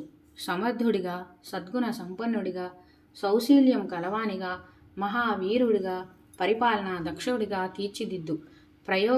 ప్రయోజకాన్ని చెయ్యి. దీనికి కావలసింది అన్నీ నూరిపోయి అటువంటి బుద్ధి పాఠవాలను కలిగించు. ఇదేదో నా వంశాన్ని నిలబెట్టుకోవడానికో నా రాజ్యాన్ని కాపాడుకోవడానికో చెబుతున్న మాట కాదు. ఒక్కసారి ప్రశాంతంగా ఆలోచించు. అందరూ బ్రహ్మజ్ఞానులైపోయి నివృత్తి మార్గం వైపే ప్రయాణం చేస్తే, కాంతా కనకాలను పరిత్యజిస్తే మరి గృహస్థాశ్రమం ఏమైపోవాలి? అదే లేకపోతే పితృదేవతలకు పిండ ప్రదానం చేసేదెవరు? పితృదేవతల ఆత్మ సంతృప్తి చెందేదెలగా? బ్రహ్మచర్య వానప్రస్థ సన్యాస ఆశ్రమ వాసులందరికీ పోషకుడు కదా గృహస్థు. దేవతలకు, అతిథులకు, పశుపక్షాది జంతు మూలాలన్నింటికీ అన్నోదకాలు అందించేది గృహస్థులే కదా. ప్రజాతంతు అవిచ్ఛిన్నంగా కొనసాగాలంటే గృహస్థాశ్రమమే కదా మూలకందం. అందుచేత ఓ సాధ్వీమణి, బ్రహ్మవాదిని, ఈయన నా 4వ బిడ్డకు ఐహికాముష్మక జ్ఞానాలు రెండూ సరి సమానంగా బోధించు. సత్కర్మ చరణ పట్ల గురి కుదుర్చు. కువలయాశ్వుడి కోరిక ఆ పతివ్రత మదాలస అంగీకరించింది. ఆనాటి నుండి అలర్కుడికి సర్వధర్మాలను ఉపదేశించింది. రాజనీతిలో తీర్చిదిద్దింది. యుద్ధ విద్యల్లో పారంగతిని చేసింది. ధర్మాధర్మ వివేకం కలిగించింది. ప్రవృత్తి నివృత్తుల సమ్మేళనం నేర్పింది. వర్ణాశ్రమ ధర్మాలు, శ్రాద్ధకల్పం, యజ్ఞ దాన విధులు, ప్రజారంజక పరిపాలనం, ఇలాగే ప్రవృత్తి మార్గం నేర్పింది. అలర్కుడు అన్ని విధాల ప్రయోజకుడు అయ్యాడు. తల్లిని మించిన దైవమే కాదు, గురువు కూడా లేడు. కోలయాసుడు కుమారుణ్ణి చూసి సంబరపడి గర్వించాడు. తనకు చేదోడు వాదోడుగా నిలుస్తూ సహకరిస్తున్న వేళ అలర్కుడి బుద్ధి కుశలతను, ధర్మనిష్టను, కార్యనిర్వహణ దక్షతను గ్రహించి సంతృప్తి చెందాడు. రాజభారం కొడుకు భుజాల మీద పెట్టవచ్చునని నిశ్చయించుకుని ఒక మంచి సుముహూర్తాన్న రాజ్య పట్టాభిషేకం జరిపించాడు. సింహాసనం అప్పగించాడు. మదాలస సమేతుడై తాను వానప్రస్థానికి బయలుదేరాడు. మదాలస అలర్కుణ్ణి ప్రేమగా దగ్గరకు తీసుకుని మృదువుగా చివరి మాటగా కామోపభోగ ప్రక్షాళనకరమైన హితవు చెప్పింది. నాయనా, నీవు గృహస్థ ధర్మంలో ఉన్నావు. రాజ్యభారాన్ని భుజాల మీదకు ఎత్తుకున్నావు. ఇవి రెండూ దుఃఖహేతువులే. మమకారాలకు బానిస అయిన గృహస్థు తనకు తానే దుఃఖం కొని తెచ్చుకుంటున్నాడు. అందుచేత నీకు ఎప్పుడైనా భరింపలేని దుఃఖం కలిగితే అప్పుడు మాత్రమే ఇదిగో నేను ఇస్తున్న ఈ ఉంగరం ముద్రను విప్పి అందులో బంగారు రేకు మీద సూక్ష్మ అక్షరాల్లో ఉన్న శాసనాన్ని చదువు అని చెప్పి ఉంగరాన్ని ఒక చిన్న బంగారు పెట్టెలో భద్రపరిచి అందించింది. శుభం భవతు, కళ్యాణమస్తు అని అలర్కుణ్ణి ఆశీర్వదించి మదాలస కౌరయాసులు నిర్మలంగా అడవులకు వెళ్ళిపోయారు. రాజపాలన బాధ్యత స్వీకరించిన అలర్కుడు వివాహం చేసుకుని గృహస్థాశ్రమంలో అడుగుపెట్టాడు. భోగభాగ్యాలు అనుభవిస్తూనే తన ప్రజలను కన్నబిడ్డల్లా చూసుకుంటూ ధర్మబద్ధంగా పాలన చేస్తున్నాడు. దుష్ట శిక్షణ, శిష్ట రక్షణలు చేస్తూ ధర్మబద్ధంగా శిక్షలు అమలు జరుపుతూ ఉన్నాడు. అనేక యజ్ఞ యాగాదులు నిర్వహించి ఆత్మ సంతృప్తిని, అఖండ కీర్తిని సంపాదించాడు. ఆత్మజ్ఞాని అయి ధర్మంతో అర్థాన్ని, అర్థంతో ధర్మాన్ని పెంపొందించుకున్నాడు. ఈ రెండింటికి మించిన విషయ సుఖాలను అనుభవించాడు. ఎన్ని వేల సంవత్సరాలు పరిపాలన కొనసాగించినా, రాజభోగాలు అనిపించినా అలర్కుడికి తనివి తీరడం లేదు. భోగాసక్తుడే వెంపర్లాడుతూనే ఉన్నాడు తప్ప వైరాగ్యభావనలు రావడం లేదు. రాజ్యాన్ని పుత్రులకు అప్పచెప్పి తాను తండ్రిలాగే అడవులకు పోదాం, అముష్కం గురించి ఆలోచిద్దాం, ముక్కు మూసుకుని కాసేపు తపస్సు చేసుకుందాం, ఇలాంటి చింతనలే కలగడం లేదు. అన్నగారైన సుబాహు అలర్కుడి పరిస్థితి గమనించాడు. ఇతన్ని నివృత్తి మార్గంలోకి మళ్లించడం ఎలాగా అని దీర్ఘంగా ఆలోచించి, కష్టాల్లోకి నెడితే భగవంతుడు జ్ఞాపకం వస్తాడు. ఈ పని చేయాలనుకుంటే ఇతడి శత్రువులను ఆశ్రయించాలి. ఇరుగు పొరుగు రాజ్యాలు సహజ శత్రువులు, అందువలన కాశీరాజును ఆశ్రయిస్తాను. సుబాహు వెంటనే కాశీరాజును కలుసుకున్నాడు. మదాలస కువలయస్సులకు మేము 4 పుత్రులం. పై 3 కాదని 4వ వాడు అలర్కుడు రాజ్యం కాజేశాడని, ఇది అన్యాయం కనుక నువ్వు దండెత్తి అతన్ని ఓడించి రాజ్యభ్రష్టుని చేసి తమ రాజ్యం తమకు అప్పగించమని వేడుకున్నాడు. కాశీరాజు ముందే దండయాత్రకు అంగీకరించలేదు. ముందుగా యోగ్యుడైన దూతను పంపాడు. సహజంగానే అలర్కుడు అహంకారంతో కాశీరాజు ప్రతిపాదనను తిరస్కరించాడు. సుబాహునే స్వయంగా వచ్చి అర్థించమనండి, మంచిగా అడిగితే ఇస్తాను, అంతేగాని శత్రువులను ఆశ్రయించి ఇలా దూతలను పంపిస్తే మాత్రం బెదిరింపులకు లొంగను అని సమాధానం పంపాడు. సుబాహు తన అభిమానం దెబ్బతిన్నట్లుగా నటించాడు. కాశీరాజును మాటలతో ఎగత్రోశాడు. మీరు పంపిన సందేశాన్ని తిరస్కరించడం అంటే మిమ్మల్ని తిరస్కరించడమే. సమర్థుడైన క్షత్రుడు తిరస్కారాలను భరిస్తాడా? వెళ్ళి యాచిస్తాడా? ఇంకా దండోపాయం ఒక్కటే మార్గం అన్నాడు. కాశీరాజు అవునని సర్వసేనా సమేతుడై అలర్కుడిపై దండెత్తాడు. గిరి దుర్గాలను వన దుర్గాలను ఆక్రమించుకుని ఆటవిక రాజులను లోబర్చుకుని అలర్కుడి సామంతులను తొలగించి తమ వారికి అప్పగించి ఇలా ఒక పథకం ప్రకారం అలర్కుడి రాజ్యాన్ని అన్ని వైపుల నుండి ఆక్రమించాడు కాశీరాజు. అలర్కుడి యొక్క ప్రతిఘటనలు ప్రయత్నాలు ఫలించలేదు. దైవమే అనుకరించినప్పుడు అన్నీ ఎదురు దెబ్బలే, అన్నీ అపజయాలే. వృధాగా అహంకరించడం తప్ప మానమాత్రుడు ఏపాటి అలర్కుడిలో భరింపరాని విషాదం అలుముకుంది. అలనాడు తల్లి ఇచ్చిన ఉంగరం గుర్తుకు వచ్చింది. భరింపరాని దుఃఖం కలిగినప్పుడు అది తెరిచి అందులో ఉన్న శాసనాన్ని చదవమంది తల్లి మదాలస. త్వరగా స్నానం చేసి శుచిగా ఆ ఉంగరం విప్పి చూశాడు. అందులో చిన్న బంగారు రేకు ఉంది. మెల్లగా పైకి తీశాడు. కళ్ళకి అద్దుకున్నాడు. ఆ రేకు మీద సన్నటి అక్షరాల్లో 2 శ్లోకాలు ఉన్నాయి. సంగ సర్వాత్మన త్యాజ్య సచేత్ త్యక్తుం న శక్యతే స సబ్ది సహ కర్తవ్య సద్భిసంగో స భేషజం కామ సర్వాత్మనా హేయ హాతుం చేత్ శక్యతే న సహ ముముక్షాం ప్రతి కర్తవ్యో సా వై తస్యాపి భేషజం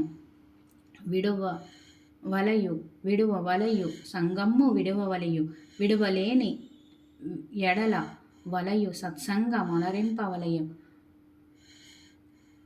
సతవము సంగ రోగౌషధము సత్సంగమెలలో విడువవలయు కామమ్ము విడువవలయు విడువలేని ఎడల మోక్ష కామమునెప్పుడు కోరవలయు కామరోగ ఔషధమ్ము మోక్ష కామమ్ము ఇలలో. దేంతోనూ సంఘం పనికిరాదు. దాన్ని పూర్తిగా విడిచిపెట్టాలి. విడవడం సాధ్యం కాకపోతే దాన్ని సత్సంగంగా మలుచుకోవాలి. సజ్జనులతో సాంగత్యం పెంచుకుంటే అదే సంఘ విముక్తికి మహా ఔషధం. అలాగే కామం అనేది అన్ని విధాలా ప్రమాదకరమైనది. దాన్ని కూడా వదిలించుకోవాలి. అది శక్యం కాకపోతే దాన్ని మోక్షం వైపుకు మళ్లించాలి. ముక్తి కాముకుడు కావాలి. కామ త్యాగానికి ఇదొక్కటే సరైన ముందు. ఈ 2 శ్లోకాలు పదాలు పదే ఉచ్చరించాడు. భావం హృదయానికి ఎక్కింది. ముక్తి కామమే ఉత్తమమని నిశ్చయించుకున్నాడు. దాన్ని సాధించాలంటే సత్సంగం మొదటి మెట్టు అని గ్రహించాడు. సాధు సజ్జనుల కోసం ఆలోచించాడు. దత్తాత్రేయుడు గుర్తుకు వచ్చాడు. క్షణం కూడా ఆలస్యం చేయకుండా సహ్యాద్రికి బయలుదేరాడు. దత్తుణ్ణి దర్శించాడు. పాదాలపై పడిన సాష్టాంగ నమస్కారం చేశాడు. మహాత్మా, నిన్ను శరణి వేడుతున్నాను. నీవే దిక్కు, కరుణించు. దుఃఖార్దుడనై వచ్చాను. దయచేసి నా దుఃఖం తొలగించు అని దీనాతి దీనంగా ప్రార్థించాడు. అలర్కుడికి దత్తుడు ఉపదేశించిన యోగమార్గం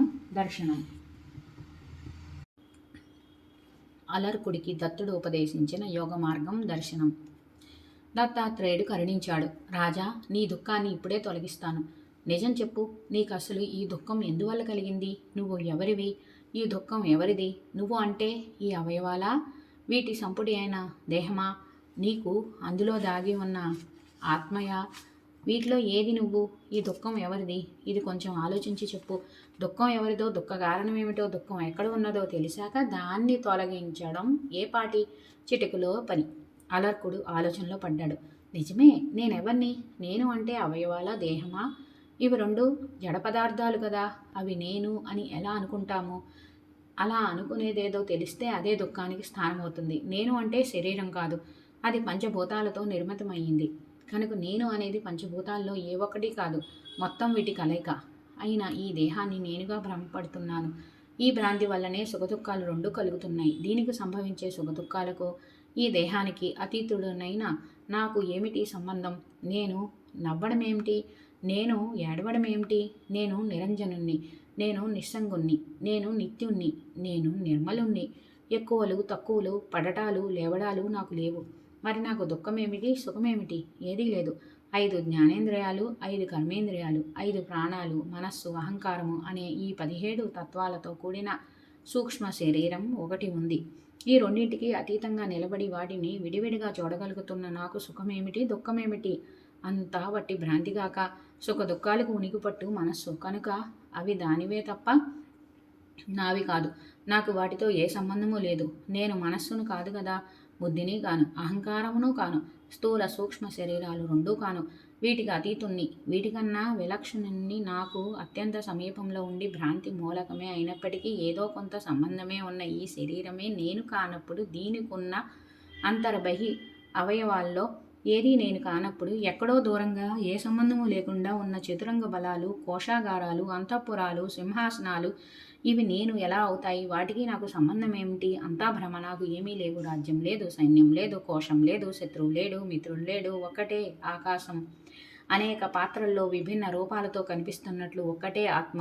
ఉపాధి భేదాలు బట్టి అనేకంగా కనబడుతుంది. ఆలోచించి చూస్తే అందరిలోనూ ఉన్నది ఒక్కటే ఆత్మ. సుబాహులో, కాశీపతిలో, ఈ అలర్కుల్లో ఉన్న నేను అనబడే పదార్థం ఒక్కటే. మరి మేము ముగ్గురం విభిన్నలం ఎలా అవుతాం? ఉపాధులు వేరు. ఆ ఉపాధి నేను కాదు. నేనైనది ముగ్గురులోనూ ఒక్కటే. అంచేత మాకు శత్రుత్వమేమిటి, మిత్రత్వమేమిటి? అంతా ఒకటే ఆత్మ, పరమాత్మ. అలర్కుడికి జ్ఞానోదయమైంది. చిటికలో దుఃఖం తొలగిపోయింది. దత్తాత్రేయుల వారికి మళ్ళీ సాష్టాంగపడ్డాడు. వినయంగా విన్నవించాడు. దత్తదేవ, సమదృష్టితో ఆలోచించాను. తెలిసిపోయింది. నాకు దుఃఖం అనేదే లేదు. అజ్ఞానం వల్ల ఇంతకాలము దుఃఖార్ణవంతో తెల్లుతున్నాను. ఇప్పుడు తేలికపడ్డాను. దుఃఖ కారణం తెలిసిపోయింది. మమకారం ఒక్కటే దుఃఖహేతువు, ఏకైక హేతువు. ఏ వస్తువుల పట్ల మమత్వం పెంచుకుంటామో అదల్లా చివరికి దుఃఖమే మిగులుస్తుంది. ఒక పిల్లి మన పెంపుడు కోడిని చంపేస్తే మనకు దుఃఖం వస్తుంది. అదే పిల్లి ఏ ఎలకనో పిచ్చుకనో భక్షిస్తే మనకేమీ అనిపించదు. దానికి కారణం కోడిని పెంచి దాని మీద మమకారం పెంచుకోవడం, ఎలుక మీద పిచ్చుక మీద అలా పెంచుకోకపోవడం. నేను ప్రకృతి కంటే పరుణ్ణి కనుక నేను సుఖిని కాదు, దుఃఖిని కాదు. పంచభూతాల చేతనే పంచభూతాలకు సుఖదుఖాలు కలుగుతున్నాయి. వాటికి అతీతున్నైన నాకు అవి రెండూ లేవు. ఈ మాటలు దత్తాత్రేయుడు ఈ మాటలకు సంతోషించారు. అలర్క భూపతి, నువ్వన్నది ముమ్మాటికి సత్యం. మమ అనేది దుఃఖానికి మూలం. నా మమ అనేది పరమ సుఖానికి హేతువు. నేను వేసిన ఒక చిన్న ప్రశ్నతోనే నీకు ఇంతటి జ్ఞానం ఉదయించింది. క్షణంతో మమకారాన్ని దూరిపించేలా ఎదరగొట్టగలిగావు. ఇంకా నీకు నేను ఉపదేశించవలసింది ఏముంది? నీ దుఃఖాన్ని నువ్వే తొలగించుకున్నావు. మహారాజా, మానవుల మనస్సుల్లో ఒక మహాతరు ఉంది. దానికి అహం అనేది బీజం, మమ అనేది కాండం. ఇల్లు, వాకిలి, పొలము, పుట్ర అన్నవి శాఖోపశాఖలు. భార్య, పుత్రాదులు, చిగుళ్ళు, ధనధాన్యాలు, ఆకులు అన్ని ఋతువుల్లోనూ ఎల్లవేళలా ఎదిగే వృక్షం ఇది. పాప పుణ్యాలు దీని పువ్వులు, విచిక్షతలు, తుమ్మెదలు, సుఖదుఖాలు దీని ఫలాలు. మోక్ష మార్గానికి అడ్డంగా ఎదిగే మహావృక్షం ఇది. మూడులు దీని నీడకు చేరతారు, దీన్ని పెంచి పోషిస్తారు. సంసార మహాయాత్రలో అలసిపోయి భ్రాంత చిత్తులై దీని నీడకు చేరిన వారికి ఆత్యంతిక శుభం అనేది ఎలా లభిస్తుంది చెప్పు? సత్సంగం అనే రాయి మీద బాగా పదును పెట్టిన జ్ఞాన ఘటకంతో ఈ మమతా మహాతురువుని నరికి వేయగలిగిన వారికి ఆత్మ మార్గం కనిపిస్తుంది. వారు ఆ దారిన ప్రయాణించి శాంతము, నీరజస్కము, నిష్టంకము అయిన బ్రహ్మ వనాన్ని చేరుకుంటారు. అప్పుడు అక్కడ పునరావృత్తి వర్జితమైన నివృత్తిని, పరాప్రజ్ఞను అందుకుంటారు. పంచభూతాలతో, పంచేంద్రియాలతో నిర్మితమైన ఈ స్థూల శరీరం నువ్వు కావు, నేను కాను. పంచ తన్మాత్రికాధికంతో ఏర్పడిన సూక్ష్మ శరీరం నువ్వు కావు, నేను కాను. రాజా, గుణాత్మకము, సంఘాత రూపము అయిన ఈ దేహంతో ప్రధానుణ్ణి దర్శించగలుగుతున్నావా? మేడిపండు, మసకము, నీరు, చేప, నిశీకము, మంజుగడ్డి వీటి సంబంధం లాంటిదే క్షేత్ర ఆత్మల సంబంధం. వీటి లోతును తెలుసుకున్నావు, సంతోషం. అలర్కుడికి దుఃఖం తొలగిపోయింది. కానీ మళ్ళీ అదే విషయాలు, రాజ్యము, రాజభోగాలు, ఆక్రమణలు, యుద్ధాలు జ్ఞాపకం వస్తున్నాయి. దుఃఖం తొలగినట్టే తొలగి మళ్ళీ వచ్చి ఆవరిస్తుంది. శాశ్వతంగా దుఃఖాన్ని తొలగించుకోవాలనుకున్నాడు. దత్తాత్రేయులు వారిని ప్రశ్నించాడు. దత్తదేవ, నీ దయవల్ల నాకు జ్ఞానోదయం అయింది. ప్రకృతి పురుష వివేకం కలిగింది. నేను అంటే ఏమిటో తెలిసింది. దుఃఖం అంతరించింది. కానీ ఈ స్థితి స్థిరంగా ఉండేటట్లు కనిపించడం లేదు. మళ్ళీ అజ్ఞానం ఆవరించి దుఃఖానుభవం తొంగి చూస్తోంది. దుఃఖరహిత స్థితిని స్థిరపరచుకునే ఉపాయం చెప్పు. ప్రకృతి బంధాన్ని శాశ్వతంగా తెంచుకోవటం ఎలాగో ఉపదేశించు. పునర్భవం లేకుండా నిర్గుణ పరబ్రహ్మంతో శాశ్వతంగా ఐక్యం పొందే మార్గం చూపించు. నువ్వు తప్ప నాకు శరణ్యులు లేరు. అనుగ్రహించు. అలర్కుడి ప్రార్థనను దత్తుడు మన్నించాడు. అతడిలో భక్తిని, ఆర్తిని గుర్తించి అతి రహస్యమైన యోగ విద్యను ఇలా ఉపదేశించాడు. అలర్క, నృపాల, నీ జిజ్ఞాసుకు ఆనందించి ఈ రహస్య విద్యను ఉపదేశిస్తున్నాను, శ్రద్ధగా గ్రహించు. ప్రకృతి పురుషులు వేరు వేరని తెలుసుకున్నావు కదా. పురుషుడు ఆ ప్రకృతి గుణాలతో కలిసిపోకుండా బ్రహ్మ పదార్థంతో కలవడమే ముక్తి అంటే. ఈ శరీరం తుచ్చము నశ్వరము అయినా అది పూర్తిగా తిరస్కరింపదగినది, త్యజింపదగినది కాదు. దీనివల్ల కొన్ని ప్రయోజనాలు కూడా ఉన్నాయి.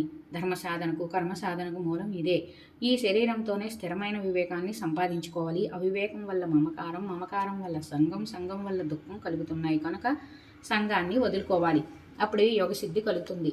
అదే ముక్తి అంటే. వీటిని తొలగించుకుంటూ వెళ్తూ సంఘం వదిలించుకుంటే మమకారం నశిస్తుంది. మమకారం నశిస్తే వైరాగ్యం ఉదయిస్తుంది. ఇది ఉదయించగానే సృష్టిలో ఉన్న సమస్త పదార్థాల్లో దోషాలు కనిపిస్తాయి. దోషాలు కనిపించినప్పుడు ఆ పదార్థాల మీద అనురాగం కలుగుతుందా? కలగదు. అందుచేతనే జ్ఞానికి ఉన్న చోటనే ఇల్లు, తిన్నదే భోజనం, దేని మీద మమకారం ఉండదు, అభిలాష ఉండదు. ఈ కొంచెం దినుసు వైరాగ్యాన్నే జ్ఞానం అంటారు. ఇదే మోక్ష సాధనం. తక్కినదంతా అజ్ఞానం. జ్ఞానము, వైరాగ్యము పరస్పర పోషకాలు. విరాగి, జ్ఞాని అనేవి కూడా పూర్ణార్థంలో ఒకటే. ఈ విరాగి ప్రారబ్ధాలను అనుభవిస్తూ నిష్కామర్మ కర్మలు చేస్తూ క్రమంగా ముక్తి పొందుతాడు. అతడికి మరింక పునర్జన్మ లేదు. సకామంగా కర్మల్ని ఆచరిస్తే అనుభవించడానికి మళ్ళీ మళ్ళీ పుట్టవలసిందే. ఫలానుభవం ఆశిస్తే కర్మలు నశింపవు. అందుకనే ఈ కర్మబంధాలు జన్మ పరంపరను కలిగిస్తాయి. నిష్కామ కర్మాచరణం ఒక్కటే దీనికి తృణోపాయం. అప్పుడు కర్మబంధాలు ఉండవు, జన్మ పరంపరలు ఉండవు. ఇది జన్మరాహిత్యప్రదమైన జ్ఞాన మార్గం. ఇక యోగ మార్గం చెబుతాను, శ్రద్ధగా విను. యోగ మార్గంలో ప్రయాణించాలి అంటే ముందుగా మనస్సును, ఇంద్రియాలను జయించాలి. ఇది అంత తేలిక కాదు. దృఢ నిశ్చయం, తీవ్ర ప్రయత్నం, నిరంతర సాధన ఉండాలి. ముందుగా ప్రాణాయామాన్ని అభ్యసించాలి. దీనితో శరీరంలోని కఫాది దోషాలన్నీ నశిస్తాయి. రెండవది ధారణ. దీనివల్ల మనస్సులోని కల్మషాలన్నీ తొలగిపోతాయి. దాని తర్వాత ప్రత్యాహారం. దీంతో ఇంద్రియ సంసర్గ దోషాలన్నీ నశిస్తాయి. ధ్యానం మూడవది. ఇది అనీశ్వర గుణాలను తొలగిస్తుంది, అంతరంగాన్ని శుద్ధి చేస్తుంది. రాగి, బంగారం లాంటి లోహాలను కొలిమిలో కాలిస్తే వాటిలోని దోషాలు పోయి శుద్ధి అయినట్లు ఈ ప్రాణాయామం వల్ల ఇంద్రియాలు పరిశుద్ధమవుతాయి. ప్రాణాయామం అంటే ప్రాణాపాన నిరోధం. ఇది లఘువు, మధ్యమం, ఉత్తమం అని 3 విధాలు. ఇక్కడ కాల ప్రమాణం గురించి నీవు తెలుసుకోవాలి. ఇక లఘువును ఉచ్చరించడానికి పట్టే కాలాన్ని లేదా కనురెప్ప మూసి తెరవడానికి పట్టే కాలాన్ని ఒక మాత్ర అంటారు. 12 మాత్రల సేపు ప్రాణవాయువును నిరోధిస్తే దాన్ని లఘు ప్రాణాయామం అంటారు. దీనివల్ల స్వేద దోషం నశిస్తుంది. 24 మాత్రల కాలం చేస్తే దాన్ని మధ్యమ ప్రాణాయామం అంటారు. దీనివల్ల వణుకు రోగం తగ్గుతుంది. 36 మాత్రల కాలం ప్రాణాయామం చేస్తే దాన్ని ఉత్తమం అంటారు. దీంతో విషాద దోషం అంతరిస్తుంది. ప్రాణవాయువును ఇంతసేపు నిరోధించడం సాధ్యమా అని విస్తుపోవద్దు. మహా క్రూర జంతువులే మనిషికి మచ్చిక అవుతున్నాయి, చెప్పినట్లు వింటున్నాయి. అలాగే సాధన వల్ల ప్రాణవాయువు మహాయోగికి చెప్పు చేతుల్లో ఉంటుంది. ప్రారంభంలో మాపటివాడులాగా దానికి మనం లొంగి ఉంటాం. ఆ పైన ఆ ఏనుగు మనకు లొంగి వస్తుంది. మానవునికి మచ్చిక అయిన సింహ శార్దూలాలు మానవుల్ని చంపడం మానేస్తాయి. అవును కదా. అలాగే ఈ స్వాధీనమైన ప్రాణాయామం స్వదేహాన్ని హింసించదు, పోషిస్తుంది. తెలివిశాలను మాత్రం శోషింపజేస్తుంది. ప్రాణాయామానికి 4 దిశలు ఉన్నాయి. అవి ధ్వస్తి, ప్రాప్తి, సంవిత్తు, ప్రసాదం అని. మొదటి దశలో ఉన్న మనిషికి మనస్సు కషాయపక్వంగా ఉంటుంది. ఇష్టాలు, పాపపుణ్యాలు మనస్సు నుండి తొలగిపోతాయి. రెండవ దశలో ప్రాప్తి ఉన్న ప్రాణాయామ సాధకుడు ఐహికాముష్మిక వాంఛలను అన్నింటినీ పొందుతాడు.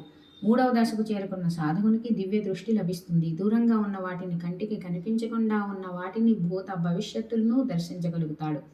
సూర్య చంద్రాదులతో సమానమైన జ్ఞాన ప్రభావాన్ని పొందుతాడు. ఇక 4వ దశకు చేరుకున్న ప్రాణాయామ సాధకుడికి మనస్సు, పంచధాతువులు, పంచేంద్రియాలు, ఇంద్రియార్థాలు అన్నీ ఎంతో ప్రసన్నమవుతాయి. అప్పుడు అతడు బ్రహ్మనిష్ఠుడై బ్రహ్మానందాన్ని పొందుతాడు. ప్రాణాయామాన్ని అభ్యసించి క్రమంగా 4వ దశకు చేరుకోవడం యోగాభ్యాసంలో మొదటి మెట్టు మాత్రమే. ఆ పైన చేయవలసిన యోగాభ్యాసం గురించి చెబుతాను, తెలుసుకో. ఆసనం, పద్మాసనం, అర్ధపద్మాసనం, స్వస్తికాసనం ఈ 3 యోగ సాధనకు అనువైనవి. వీటిలో తనకిష్టమైన ఏదో ఒక ఆసనం వేసుకుని కూర్చోవాలి. వెన్నుపూసను నిటారుగా నిలబెట్టాలి. శిరస్సును సమస్థాయిలో ఉంచాలి. నోరు తెరవకూడదు. దంతాలు పరస్పరం తాకకూడదు. చూపుల్ని నాసికాగ్రం మీద నిలపాలి. హృదయంలో ఓంకారాన్ని జపించాలి. తమో గుణాన్ని రజోగుణంతో, రజోగుణాన్ని సత్వగుణంతో అణిచివేయాలి. అందువల్ల నిర్మలాంతకరణం సిద్ధిస్తుంది. నాభి నుండి కంఠం వరకు వాయువును పూరించాలి. మన ప్రాణేంద్రియాలను ఆయా విషయాల నుండి లోపలికి ఉపసంహరించాలి. తాబేలు తన కరచరణాలను దొప్పలోకి ముడుచుకున్నట్లు వీటిని ఉపసంహరించాలి. బాహ్య అభ్యంతరాలను పూర్తిగా మరిచిపోవాలి. దృష్టిని లోపలికి సారించాలి. తనలో తనను చూసుకోవాలి. కామాలను ప్రత్యాహరించడం కాబట్టి దీన్ని ప్రత్యాహారం అంటారు.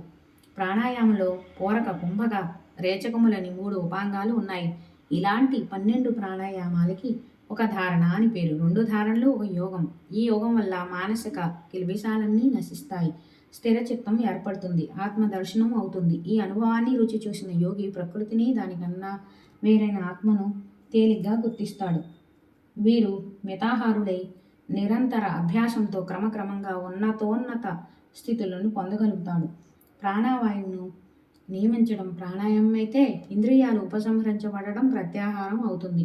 మనస్సును నిశ్చలపరచడం ధారణ అంటారు. ఈ ధారణ సమయంలో మనస్సును నాభి, హృదయం, ఉరస్సు, కంఠం, ముఖం, నాసికాగ్రం, నేత్రాలు, భూమధ్య భాగం, మూర్ధం, బ్రహ్మరంధ్రం ఈ భాగాల్లో క్రమక్రమంగా నిలుపుకుంటూ వెళ్ళాలి.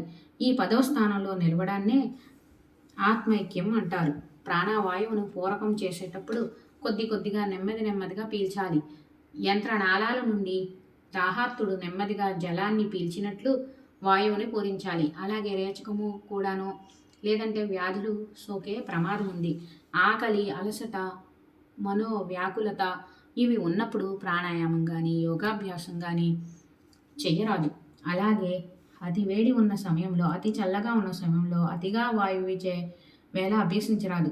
ధ్వని కాలుష్యం, చెమ్మ నేల, భీకర ప్రదేశం, ఎండుటాకులు ఉన్న చోట్ల, రచ్చ పట్టులు, నదీ కూపాలు ఉన్న చోట్ల, 4 కాళ్ళ క్రూర జంతువులు ఉండే చోట, పాములు మిగతా విషజీవులు సంచరించే ప్రాంతాల్లో యోగానికి పనికిరాని ప్రదేశాలు అన్నీ అనుకూలంగా చూసుకుని మనస్సులో సత్వగుణం ఉదయించినప్పుడు మాత్రమే యోగాభ్యాసం చేయాలి. మలమూత్రాలు కానప్పుడు, భుక్తాయాసంతో ఉన్నప్పుడు అది అస్సలు చేయరాదు. ఈ విధి నిషేధాలు పాటింపకుండా ఎప్పుడు పడితే అప్పుడు ప్రాణాయామం చేస్తే బధిరత్వం, జడత్వం, అంధత్వం ఏర్పడే ప్రమాదం ఉంది. ప్రమాదవశాత్తు ఇవి వస్తే యోగంతోనే చికిత్స చేసుకోవాలి. తేలిగ్గా జీర్ణమయ్యే జావను గోరువెచ్చగా త్రాగి యోగానికి కూర్చోవడం మంచిది. ఇలా కూర్చొని రోగశాంతికి మనస్సులో ప్రత్యేక ధారణలు చేయాలి. వేడి తగ్గాలంటే శీతం తగ్గాలంటే వేడిని, కఫం తగ్గాలంటే మహాశైలాన్ని, అతిదాహం ఉపశమించాలంటే నాలుగు మీద ఆమ్ర ఫలాన్ని, చెవుడు తగ్గాలంటే చెవుల్లో సుస్వర సూక్తులను ధారణ చేయాలి. మతిమరుపు తగ్గాలంటే శిరస్సుపై చేయవలసిన ప్రత్యేక ధారణలు ఉన్నాయి. ఇవి కాక ప్రకృతి శక్తుల వల్ల అనారోగ్యం కలిగితే వాటిని తగ్గించుకోవడానికి యథానుసారంగా పంచభూతాలను ధారణ చేయాలి. ధర్మార్థ మోక్షాలకి శరీరమే ప్రధాన సాధనం కనుక యోగి తన శరీరాన్ని దృఢంగా ఆరోగ్యంగా ఉంచుకోవాలి. అభ్యాసం కొనసాగుతున్నప్పుడు కొన్ని విచిత్రమైన యోగ సిద్ధులు కలుగుతాయి. వీటిని పరులకు చెప్పకూడదు, గర్వంగా ప్రదర్శించకూడదు. అలా చేస్తే ఆ సిద్ధులు అంతరించిపోతాయి. కాబట్టి రహస్యంగా ఉంచుకోవాలి. ఆరోగ్యం, మృదు స్వభావం, శరీర కాంతి, సౌరభాలు, ప్రసన్నత, కంఠస్వర సౌమ్యత, మూత్ర పురీషాల అల్పత్వం ఇవి యోగసిద్ధికి తొలిచిన్నెలు. ప్రజలకు తమ యందు అనురాగం కలగడం, తన గుణగణాలను పరోక్షంగా కొనియాడడం, మిగతా ప్రాణికోటి తనను చూసి భయపడకపోవడం, అలాగే వాటిని చూసి తను బెదరకపోవడం, అత్యుష్ణ అతి శీతల బాధలు తనకు లేకపోవడం ఇత్యాదులు యోగసిద్ధికి లక్షణాలు. యోగసిద్ధులు కలుగుతున్న వేళ యోగికి కామ్య కర్మల మీద మనస్సు పోతుంది. రసాయన రస క్రియాదులపైకి, దేవత్వ అమరేషత్వ ప్రకటనల మీదికి, జల అగ్ని ప్రవేశాల వైపుకి చిత్తం పరుగులు తీస్తుంది. దీన్ని మాత్రం ప్రయత్నపూర్వకంగా నిలుపుదల చేసుకోవాలి. లేకపోతే యోగం చెడిపోతుంది.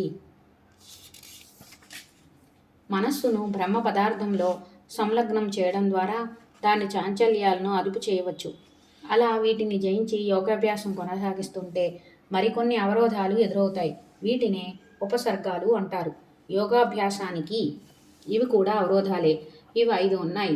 ప్రాతిభం, శ్రావణం, దైవం, భ్రమం, ఆవర్తం.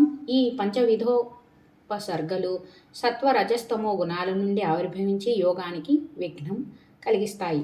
పంచవేదాలలోనూ పురాణేతి హాసాది శాస్త్రాల్లోనూ ఉన్న విషయాలు సమస్తం వివిధ కళాశిల్ప రహస్యాలు యోగికి కరతల మలకములు అవుతాయి, అప్రయత్నంగానే స్ఫురిస్తాయి.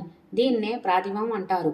వేల కొలది యోజనాల దూరంలో ఉన్నప్పటికీ మనుష్య పశు పక్ష్యాదులు స్వరాలు శబ్దాలు వాటి అర్థాలు ఇతడికి తెలుస్తాయి. ఈ శక్తిని శ్రావణం అంటారు. దేవ పితృ సిద్ధ సాధ్యాది అష్టవిధ దేవగణాలు ఇతడికి కనిపిస్తారు. దీన్నే దైవం అంటారు. నిరాలంబంగా ఆకాశంలో మనోదోషం వల్ల పరిభ్రమింపగలుగుతాడు. ఈ శక్తిని భ్రమం అంటారు.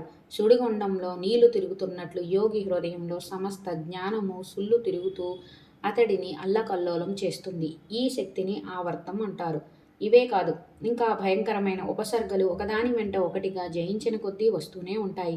యోగిని ఊరిస్తూనే ఉంటాయి. వీటికి లొంగిపోక ప్రదర్శనలకు దిగక నిలువరించుకోవడం చాలా అవసరం. మనోమయమైన ఆచ్ఛాదన కప్పుకొని పరబ్రహ్మాన్ని ధ్యానిస్తూ చిత్తాన్ని తత్ప్రణం చేయడం ఒక్కటే వీటిని జయించడం మార్గం. ఇలా విఘ్నాలను దాటుకుంటూ యోగాభ్యాసం కొనసాగించాలి. అలర్క, ఇప్పుడు నీవు ధారణా సప్తకం గురించి తెలుసుకోవాలి. నియమితాహారుడు జితేంద్రుడు అయిన యోగి మూర్ధభాగంలో ధరిత్రిని ధారణ చెయ్యాలి. దాని సూక్ష్మత్వం పొందాలి, అనగా ధరిత్రిత్వం పొందాలి. దాని గుణమైన గంధాన్ని తానే వదలాలి. ఇలాగే వరుసగా పంచభూతాలను ధారణ చేసి తన్మయుడు అవుతూ తద్గుణాలను తానుగా వదలాలి. ఆ పైన తన మనోబుద్ధులను సర్వభూత మనోబుద్ధులతో కలిపి వాటి సూక్ష్మత్వాలను విడిచిపెట్టాలి. ఇలా 7 వృత్తులను విడిచి యోగి తాను ప్రవృత్తిరహితుడై ముక్తి పొందాలి. సృష్టి అంతా 7 వృత్తుల్లోనే ఉంది కాబట్టి దీన్ని అభ్యసించిన యోగి దేవాసుర గంధర్వాదుల దేహాల్లో ప్రవేశించినా సంగరహితుడుగానే ఉండగలుగుతాడు. ఇతడిని శుద్ధాత్ముడు యోగసిద్ధుడు అంటారు. ఇతనికి అణిమాది అష్టైశ్వర్యాలు సిద్ధిస్తాయి. ఇవి ముక్తికి సూచకాలు. అణిమ అణువు కన్నా సూక్ష్మస్థితిని పొందడాన్ని అణిమ అంటారు. మహిమ సమస్త జగత్తు చేత పూజించబడడం మహిమ. లఘిమ తేలిగ్గా అతి శీఘ్రంగా ప్రయాణించగలగడం లఘిమ. ప్రాప్తి తానింక పొందవలసింది ఏదీ లేదు అన్నంతగా సమస్తాన్ని పొందడం ప్రాప్తి. ప్రాకామ్యం సమస్త ప్రదేశాలకు తాను వ్యాపింపగలగడం ప్రాకామ్యం. ఈశిత్వం తానే ఈశ్వరుడవ్వడం ఈశిత్వం. వశిత్వం తాను సమస్తాన్ని వశపరుచుకోగలగడం వశిత్వం. గరిమ పరం ఏది కోరుకోదగిన స్థానమో, ఏది సమస్త ఐశ్వర్యాలకు నిలయమో అదియే గరిమ పరం.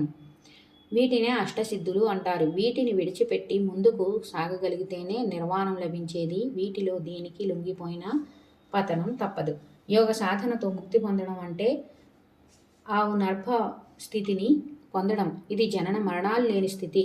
గర్భవాసం, జననం, వృద్ధి, వార్ధక్యం, కృశత్వం, మృతి అనే 6 రకాల వికారాలు ముక్తుడికి ఉండవు. పంచభూతాల సాంగత్యంతో భేదం, క్లేశం, దాహం ఇత్యాదులు ఇతడికి ఉండవు. భోక్త కాడు, భోజ్యుడు కాడు.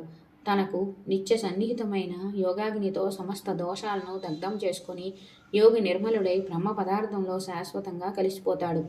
వేరే ఆలోచనే ఉండదు. నీరు నీటిలో కలిసినట్లు ఎన్నడూ ఎవరూ ఎలాగూ వేరు చేయడానికి వీలు లేనట్లుగా కలిసిపోతాడు. పరమాత్మతో ఆత్మ సామ్యాన్ని పొందుతాడు. దీన్నే బ్రహ్మైక్యం అంటారు. ఇటువంటి యోగి చర్చలు ఎలా ఉంటాయి చెప్పమని అలర్కుడు అడిగాడు. దానికి దత్తాత్రేయుడు అంగీకరించి ఇలా చెప్తున్నాడు. అలర్క, మానవమానాలు మానవులందరికీ ఆనందాన్ని ఉద్వేగాన్ని కలిగిస్తాయి. యోగ విషయంలో ఇవి విపరీతం. అంటే మానం వల్ల దుఃఖం, అవమానం వల్ల ఆనందం పొందుతాడు. ఇతడికి మొదటిది విషం, రెండవది అమృతం. ఇతడి దినచర్యకు చాలా నియమాలు ఉన్నాయి. చక్షుపూతమైన ప్రదేశంలోనే అడుగు పెట్టాలి. వస్త్రపూతమైన జలమే త్రాగాలి. సత్యపూతమైన వాక్కునే పలకాలి. బుద్ధిపూతమైన దాన్నే ధ్యానించాలి. ఆతిథ్యాలకు, శ్రాద్ధ భోజనాలకు, దేవతల ఊరేగింపులకు, ఉత్సవాలకు, జన సమ్మర్దం కోలాహలం ఎక్కువగా ఉండే ప్రదేశాలకు యోగ సిద్ధార్థి వెళ్ళరాదు. ఆ ఇంట్లో అందరి భోజనాలు అయినాక అది నిర్ధారించుకుని ప్రశాంతంగా ఉన్న ఇంటికి తాను వెళ్ళి భిక్ష అడగాలి. పొగలు గక్కుతున్న ఇంటి నుండి కానీ, బొగ్గులు గుమ్మంలో ఆరబోసిన ఇంటి నుండి కానీ భిక్ష యాచించరాజు. రోజు ఒకే ఇళ్లకు భిక్షకు వెళ్ళరాదు. జనం తన్ను చూసి అవమానించే వేషధారణలో సంచరించాలి. సజ్జన ధర్మాన్ని తప్పరాదు. యాయవార్ల ఇండ్లకు, గృహస్థుల ఇండ్లకు వెళ్ళి భిక్ష తీసుకోవాలి. యాచకుల ఇండ్లకు, ఇంకా తక్కిన వారి ఇండ్లకు భిక్షకు వెళ్ళడం అంత శ్రేయస్కరం కాదు. యోగికి బియ్యపు జావ, మజ్జిగ, పాలు, యవల జావ, పండ్లు, దుంపలు, పేలపిండి, నూకల అన్నం ఇవి శుభం కలిగించే ఆహారాలు, యోగ సిద్ధికరాలు. మౌనంగా కూర్చుని ఏకాగ్ర చిత్తంతో భుజించాలి. ముందుగా కొంచెం నీళ్లు తాగాలి. అటు తర్వాత పంచ ప్రాణహుతులతో భుజించాలి. అనగా ప్రాణాయ స్వాహ, అపాయన స్వాహ, సమానాయ స్వాహ, ఉదానాయ స్వాహ, వ్యానాయ స్వాహ అంటూ 5 మార్లు మెతుకులు గోటితో వేసుకుని ఆ తర్వాత భుజించాలి.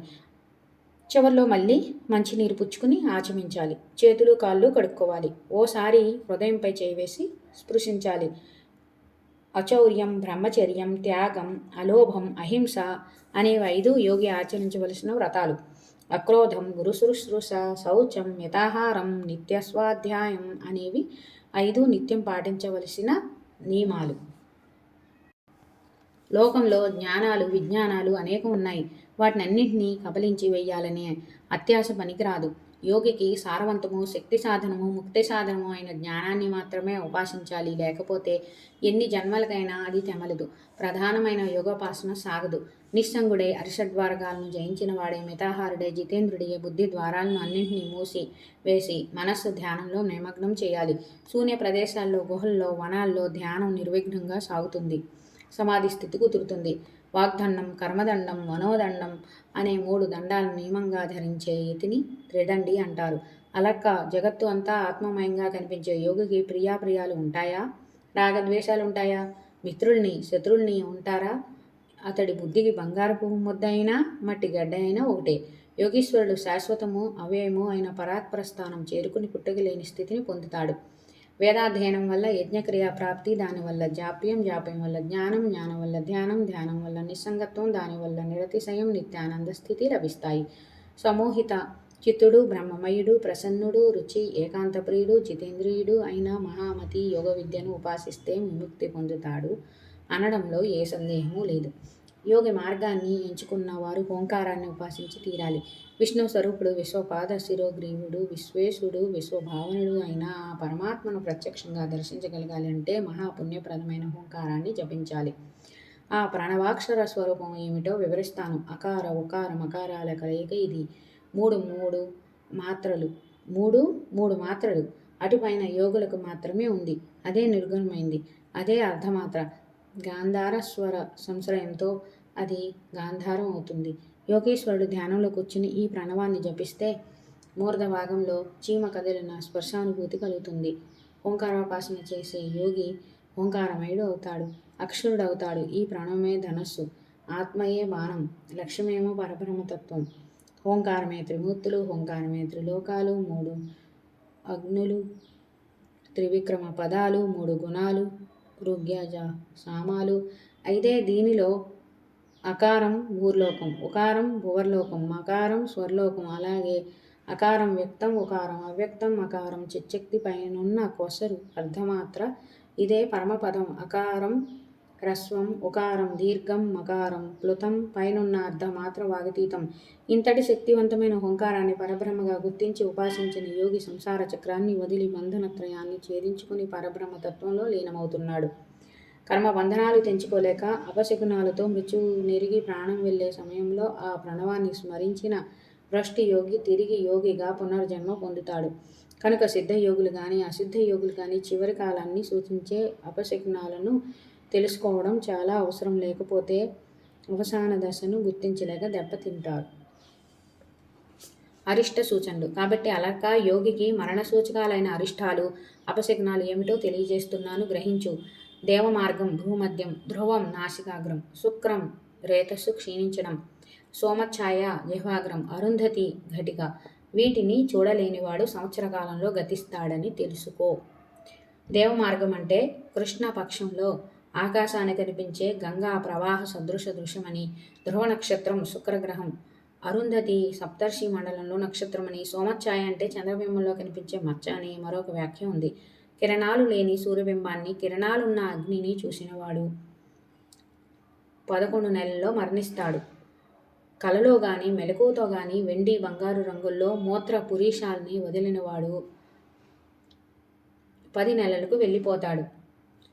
ప్రేత విశాచాది గంధర్వ నగరాలను ఆకాశంలో కనిపించే నగరాకార దృశ్యం గంధర్వ నగరం. బంగారు చెట్లను కలలో గాని ప్రత్యక్షంగా గాని దర్శించినవాడు 9 నెలల్లో అణువులు వదులుతాడు. స్థూల దేహం వాడు హఠాత్తుగా చిక్కిపోవడం, సన్నటి మనిషి ఒక్కసారిగా లేవెక్కడం, ఇలాంటి ప్రకృతి విరుద్ధాలు జరిగితే అతడు 8 నెలల కన్నా బ్రతకడు. బురదలో కానీ దుమ్ములో కానీ కూరుకుపోయిన తన పాదం తన చూపులకే ముక్క విరిగినట్లు కనిపిస్తే అతడు 7 నెలల్లో దివంగతుడవుతాడు. గ్రద్ద, పావురం, కాకి, జముడు, కాకి, మాంసం తింటున్న నల్లని పక్షి ఇవి ఏవైనా తల మీద వాలితే వాడు 6 నెలలకు మించి జీవించడు. కాకులు అకారణంగా నెత్తి మీద తన్నితే వాడు 5 నెలలకు, తన నీడ తనకే తలకిందులుగా మరో రూపంగానో కనబడితే వాడు 4 నెలలకు, మేఘాలు లేకుండా దక్షిణ దిక్కున మెరుపులు కనిపించిన వాడు 3 నెలలకు, నెయ్యి, నూనె, నీరు, అద్దాలలో తలలేని తన మొండెం కనిపించినప్పుడు 1 నెలకు, శరీరం గొర్రె వాసన గాని పీనుగు కంపు గాని కొడితే వాడు 15 రోజులకు, స్నానం చేసిన వెంటనే హృత్పద్మము కాళ్ళు ఎండిపోవడం, మంచినీళ్ళు ఎన్ని తాగినా ఇంకా దాహం అవ్వడం ఇలాంటివి జరిగినాడు 10 రోజులకి, గాలి తగిలితే చాలు మర్మస్థానంలో మంటు పట్టేవాడు, వెన్నెల హాయిగొల్పని వాడు 4-5 రోజులకు మరణిస్తాడని గ్రహించు. ఎలుగు వంటిని గాని కోతిని గాని ఎక్కి పాడుతూ దక్షిణ దిక్కుకు పోతున్నట్లు కలగన్నవాడికి మృత్యువు సమీపించిందని అర్థం. ఎర్రని చీర లేదా నల్లని చీర ధరించిన ఒక స్త్రీ జుట్టు విరబోసుకుని పాడుతూ విరగబడి నవ్వుతూ తనను దక్షిణ దిశకు లాక్కుపోతున్నట్లు కలవస్తే వాడు కూడా ఆసన్న మృత్యువే. దిగంబరుడు నిలబడి పగలబడి నవ్వుతున్న క్షపణకుడు స్వప్నంలో కనిపిస్తే అది కూడా ఆసన్న మృతినే సూచిస్తుంది. బురదగంటలో కానీ మలమూత్ర రూపంలో కానీ తలమునేలా కూరుకుపోతున్నట్లు కలగన్నవాడు అట్టే రోజులు బ్రతకడు. అలాగే భీకర వికృతాకారులై నల్లని పురుషులు ఆయుధాలు ధరించి వచ్చి రాళ్లతో తన్ని బాదుతున్నట్లు కలగన్నన్నాడు కూడా అట్టే రోజులు ఉండడు. సూర్యోదయ సమయంలో ఒక్క నక్క విపరీతంగా ఊలపెడుతూ ఎదురు వచ్చి తనకు అపసవ్యంగా వెళ్ళినా, అన్నం కడుపు నిండా తిన్నా, వెంటనే మళ్ళీ ఆకలి అవుతున్నా, పంటిలో కురుపు వ్రణదంత లేచినా, దీప నిర్వాణ గంధాన్ని అన్నగంధాన్ని గుర్తించలేకపోయినా దీపాన్న గంధం నోవెత్తి, రాత్రిపూట ధూమవహిని కంటి చూపులకి తెలియకపోయినా ధూమవహనం తథోనసి, ఎదుట వారి కనుగుడ్డులో తన ప్రతిబింబం తనకి కనిపించకపోయినా నాత్మానం పరనేత్రస్థం వీక్షతేన సజీవతి. అర్ధరాత్రి హరివిల్లు, పట్టపగులు, నక్షత్రాలు కనిపించినా ఇవి సద్యోరిష్ట సూచకాలని గ్రహించు. వెంటనే మృత్యువు సంభవిస్తుంది. ఉన్నట్టుండి నిష్కారణంగా ముక్కు వంకర తిరిగిన, చెవులు ఎగుడు దిగుళ్ళైన, ఎడమ కన్ను ఉత్తిని నీరు కారుతున్న, ముఖం ఎర్రబారడం, నాలుక నల్లబారడం జరిగిన ఆయుర్దాయం క్షీణించిందని తెలుసుకోవాలి. ఒంటెలు గాని గాడిదలు గాని పూంచిన బండి మీద దక్షిణ దిక్కుగా ప్రయాణిస్తున్నట్లు కనగన్నవాడికి సద్యో మృత్యు అని తెలుసుకో. చెవులు 2 మూసుకున్నప్పుడు లోపలి ఘోష వినబడకపోయినా, కళ్ళతో కాంతి తరిగిపోయినా అతడు అట్టే నాళ్ళు జీవించడు. గుంటలో తాను పడినట్లు, దాని మీద ఎవరో ఏదో వేసినట్లు, తాను పైకి లేచి రాలేకపోతున్నట్లు కలగన్నవాడి పని అయిపోయినట్టే. మిడిగుడ్లు పడి రెప్ప వాలకపోయినా, కనుగుడ్లు ఎరుపెక్కి అప్రయత్నంగా గిరగిర తిరుగుతున్నా, అకారణంగా ముఖం ఆవిర్లు కక్కుతున్నా, నాభి ప్రదేశం చల్లబడినా శిశిరా చనాభి అతడి గది చరమ సమయమని తెలుసుకో. తాను నిప్పుల్లోనూ నీళ్లలోనూ పట్టట్టు లేచి రాలేకపోతున్నట్లు కలగన్నవాడికి అదే తుది గడియ. కోపించి భూత పిశాచాలు రేంబోళ్ళు తనను చితకబాదుతున్నట్లు ఎవడికి అనిపిస్తుందో వాడు వారం తిరగకుండా సెలవు పుచ్చుకుంటాడని గ్రహించు. నిర్మలమైన తెల్లని వస్త్రాన్ని ధరించినా, అది ధరించిన వాడి కంటికి ఎర్రగానో నల్లగానో కనిపిస్తే వాడు కొన్ని గంటల్లో హరి అంటాడని చెప్పి వేయవచ్చు. అకారణంగా స్వభావంలో మార్పు గాని, ప్రకృతి విపర్యం గాని ఆరిష్ట సూచకాలు అనే విధేయతాలతో తానెంతవరకు పూజించిన తల్లిదండ్రుల్ని, గురువుల్ని, అత్తమామల్ని, జ్ఞానుల్ని, విప్రుల్ని, యోగుల్ని అవమానించాలనే బుద్ధి తనకే పుడితే వాడు ఆసన్న మృత్యువే. అలర్క నృపతి యోగులకు మరణ సూచకాలైన అరిష్టాలు ఇవి. వీటి వల్ల కనీసం 1 సంవత్సరం ముందుగా మరణ సమయాన్ని తెలుసుకోవచ్చు. తెలుసుకుని యోగాభ్యాసాన్ని తీవ్రతరం చేస్తే ఫలం దక్కుతుంది. ఒక్కొక్కసారి యోగ మధ్యంలో మరణం తప్పిపోవచ్చు కూడా. ఇంతకీ ఈ అపశకునాలు ముందుగా మృతిని తెలుపుతాయి కనుక యోగి మరణ భయాన్ని జయించి దానికోసం సన్నద్ధుడై ఎదురు చూడగలగాలి. అప్పటి వరకు దృఢచిత్తంతో రేయింబవళ్ళు యోగ సాధనను కొనసాగించాలి. ఎక్కడ అరిష్ట సూచన లభిస్తుందో అప్పుడే యోగ సాధనను గాఢం చేసుకోవాలి. ఆత్మవంతుడే కాలాన్ని జయించాలి. గుణ వికారాలను అణుచుకుని పరమాత్మలో మనస్సును లీనం చేయాలి. ఆత్మపరంగా తన్మయుడే చిదృత్తిని సైతం విడిచిపెట్టాలి. అప్పుడు అతీంద్రియము, అగోచరము, అబోధ్యము, అనాఖ్యయము అయిన పరమ నిర్వాణాన్ని ఆ యోగి పొందుతాడు, అనుభవిస్తాడు. సుమతి తన తండ్రితో చెప్పిన కథను వేదధర్ముడు దీపకుడికి చెబుతున్నాడు. సంభాషణ కొనసాగింది. దత్త యోగేంద్రుడు అలర్కుడి పట్ల కరుణ గలవాడే యోగ విద్యా మహిమలను ఇంకా వివరించాడు. అలర్క నరేంద్ర, చంద్రకాంతమని వెన్నెల సోకితేనే స్రవిస్తుంది, సూర్యకాంతిమని ఎండ తాగితేనే నిప్పులు కక్కుతుంది. ఇవి రెండు యోగికి ఉపమానాలు. యోగికి యోగం వల్లనే ముక్తి, మధ్యలో తపస్సుని ఇంకొకటని దారులు మారకూడదు. చీమలు, ఎలుకలు, ముంగిసులు, బల్లులు, కపింజలాలు మొదలైనవి గృహస్థుల ఇళ్లలో యజమానులతో సరిసమానంగా నివసిస్తుంటాయి. బుద్ధి పుట్టినప్పుడు వేరే ఇంటికి పోతుంటాయి. ఒకవేళ ఏదన్నా కారణంగా యజమానుడి ఇల్లు ధ్వంసమైపోతే ఇవి ఏమీ దుఃఖించవు, హాయిగా మరొక ఇల్లు చూసుకుంటాయి. అలాగే యోగి కూడా తన శరీరంలో తానంటూ ఎప్పుడైనా దానికి హాని సంభవిస్తే నిర్విచారంగా మరో ఉపాధికి మారగలగాలి. యోగం సిద్ధించే వరకు ఇదే వరుస. ఎప్పటికి ఇది సిద్ధించేను, అసలు సిద్ధించేనా అని బెంబేలు పడకూడదు. చదపురుగు యోగికి చక్కని ఆదర్శం. అది ఎంత అల్పజీవి అయితేనేమి ఆ చిన్ని మట్టితో మట్టి కణాలను తొలచి ఎంతెంతో పుట్టలు పెడుతుందో చూసే ఉంటావు కదా. యోగి కూడా ఈ మృద్దేహికలాగానే పరిశ్రమించి క్రమక్రమంగా యోగ సిద్ధిని కైవసం చేసుకోవాలి. అంతేగాని నేనే పాటి అనుకోకూడదు.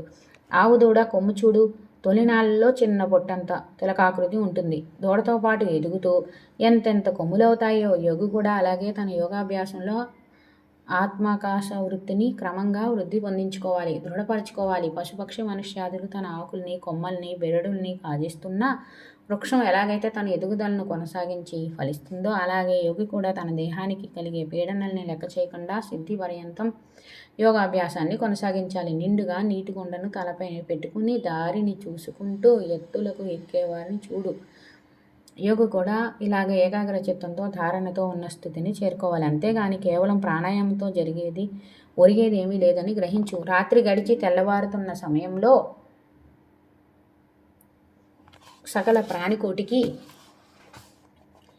చలన చేష్టాది చైతన్యం కలుగుతుంది. దీని తత్వం ఆకలించుకుని యోగి తన మార్గంలో కృతకృత్యుడు కావాలి. అలక్క నరేంద్ర, ఒక మాట చెబుతాను, సారాంశంగా గుర్తుంచుకో. యోగి అయిన వాడు అన్ని విషయాల్లోనూ నిర్మమంగా ఉండాలి. తాను ఎక్కడ ఉంటే అదే గృహంగా, ఏది తింటే అదే భోజ్యంగా, ఉన్నదే ఇల్లుగా, తిన్నదే తిండిగా, ఏది ఉంటే అదే ధనంగా సంబరపడాలి.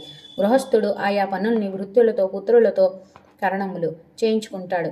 అలాగే యోగి కూడా తన బుద్ధ్యాదులను కరణాలుగా వినియోగించుకుని పరాన్ని సాధించుకోవాలి. ఏనాడు ఏమరకూడదు. రాజా, యోగ విద్యా రహస్యాలు చాలా చెప్పాను, కనువిప్పు కలిగిందా? ఇవి నీ బుద్ధిలోకి ఎమిడాయా?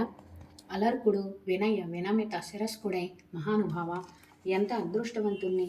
సాక్షాత్తు యోగ విద్యా స్వరూపుడి నుంచి యోగ విద్యా రహస్యాలు తెలుసుకోగలిగాను. నీ అనుగ్రహానికి ఇలా నోచుకున్న నా జన్మ ధన్యం.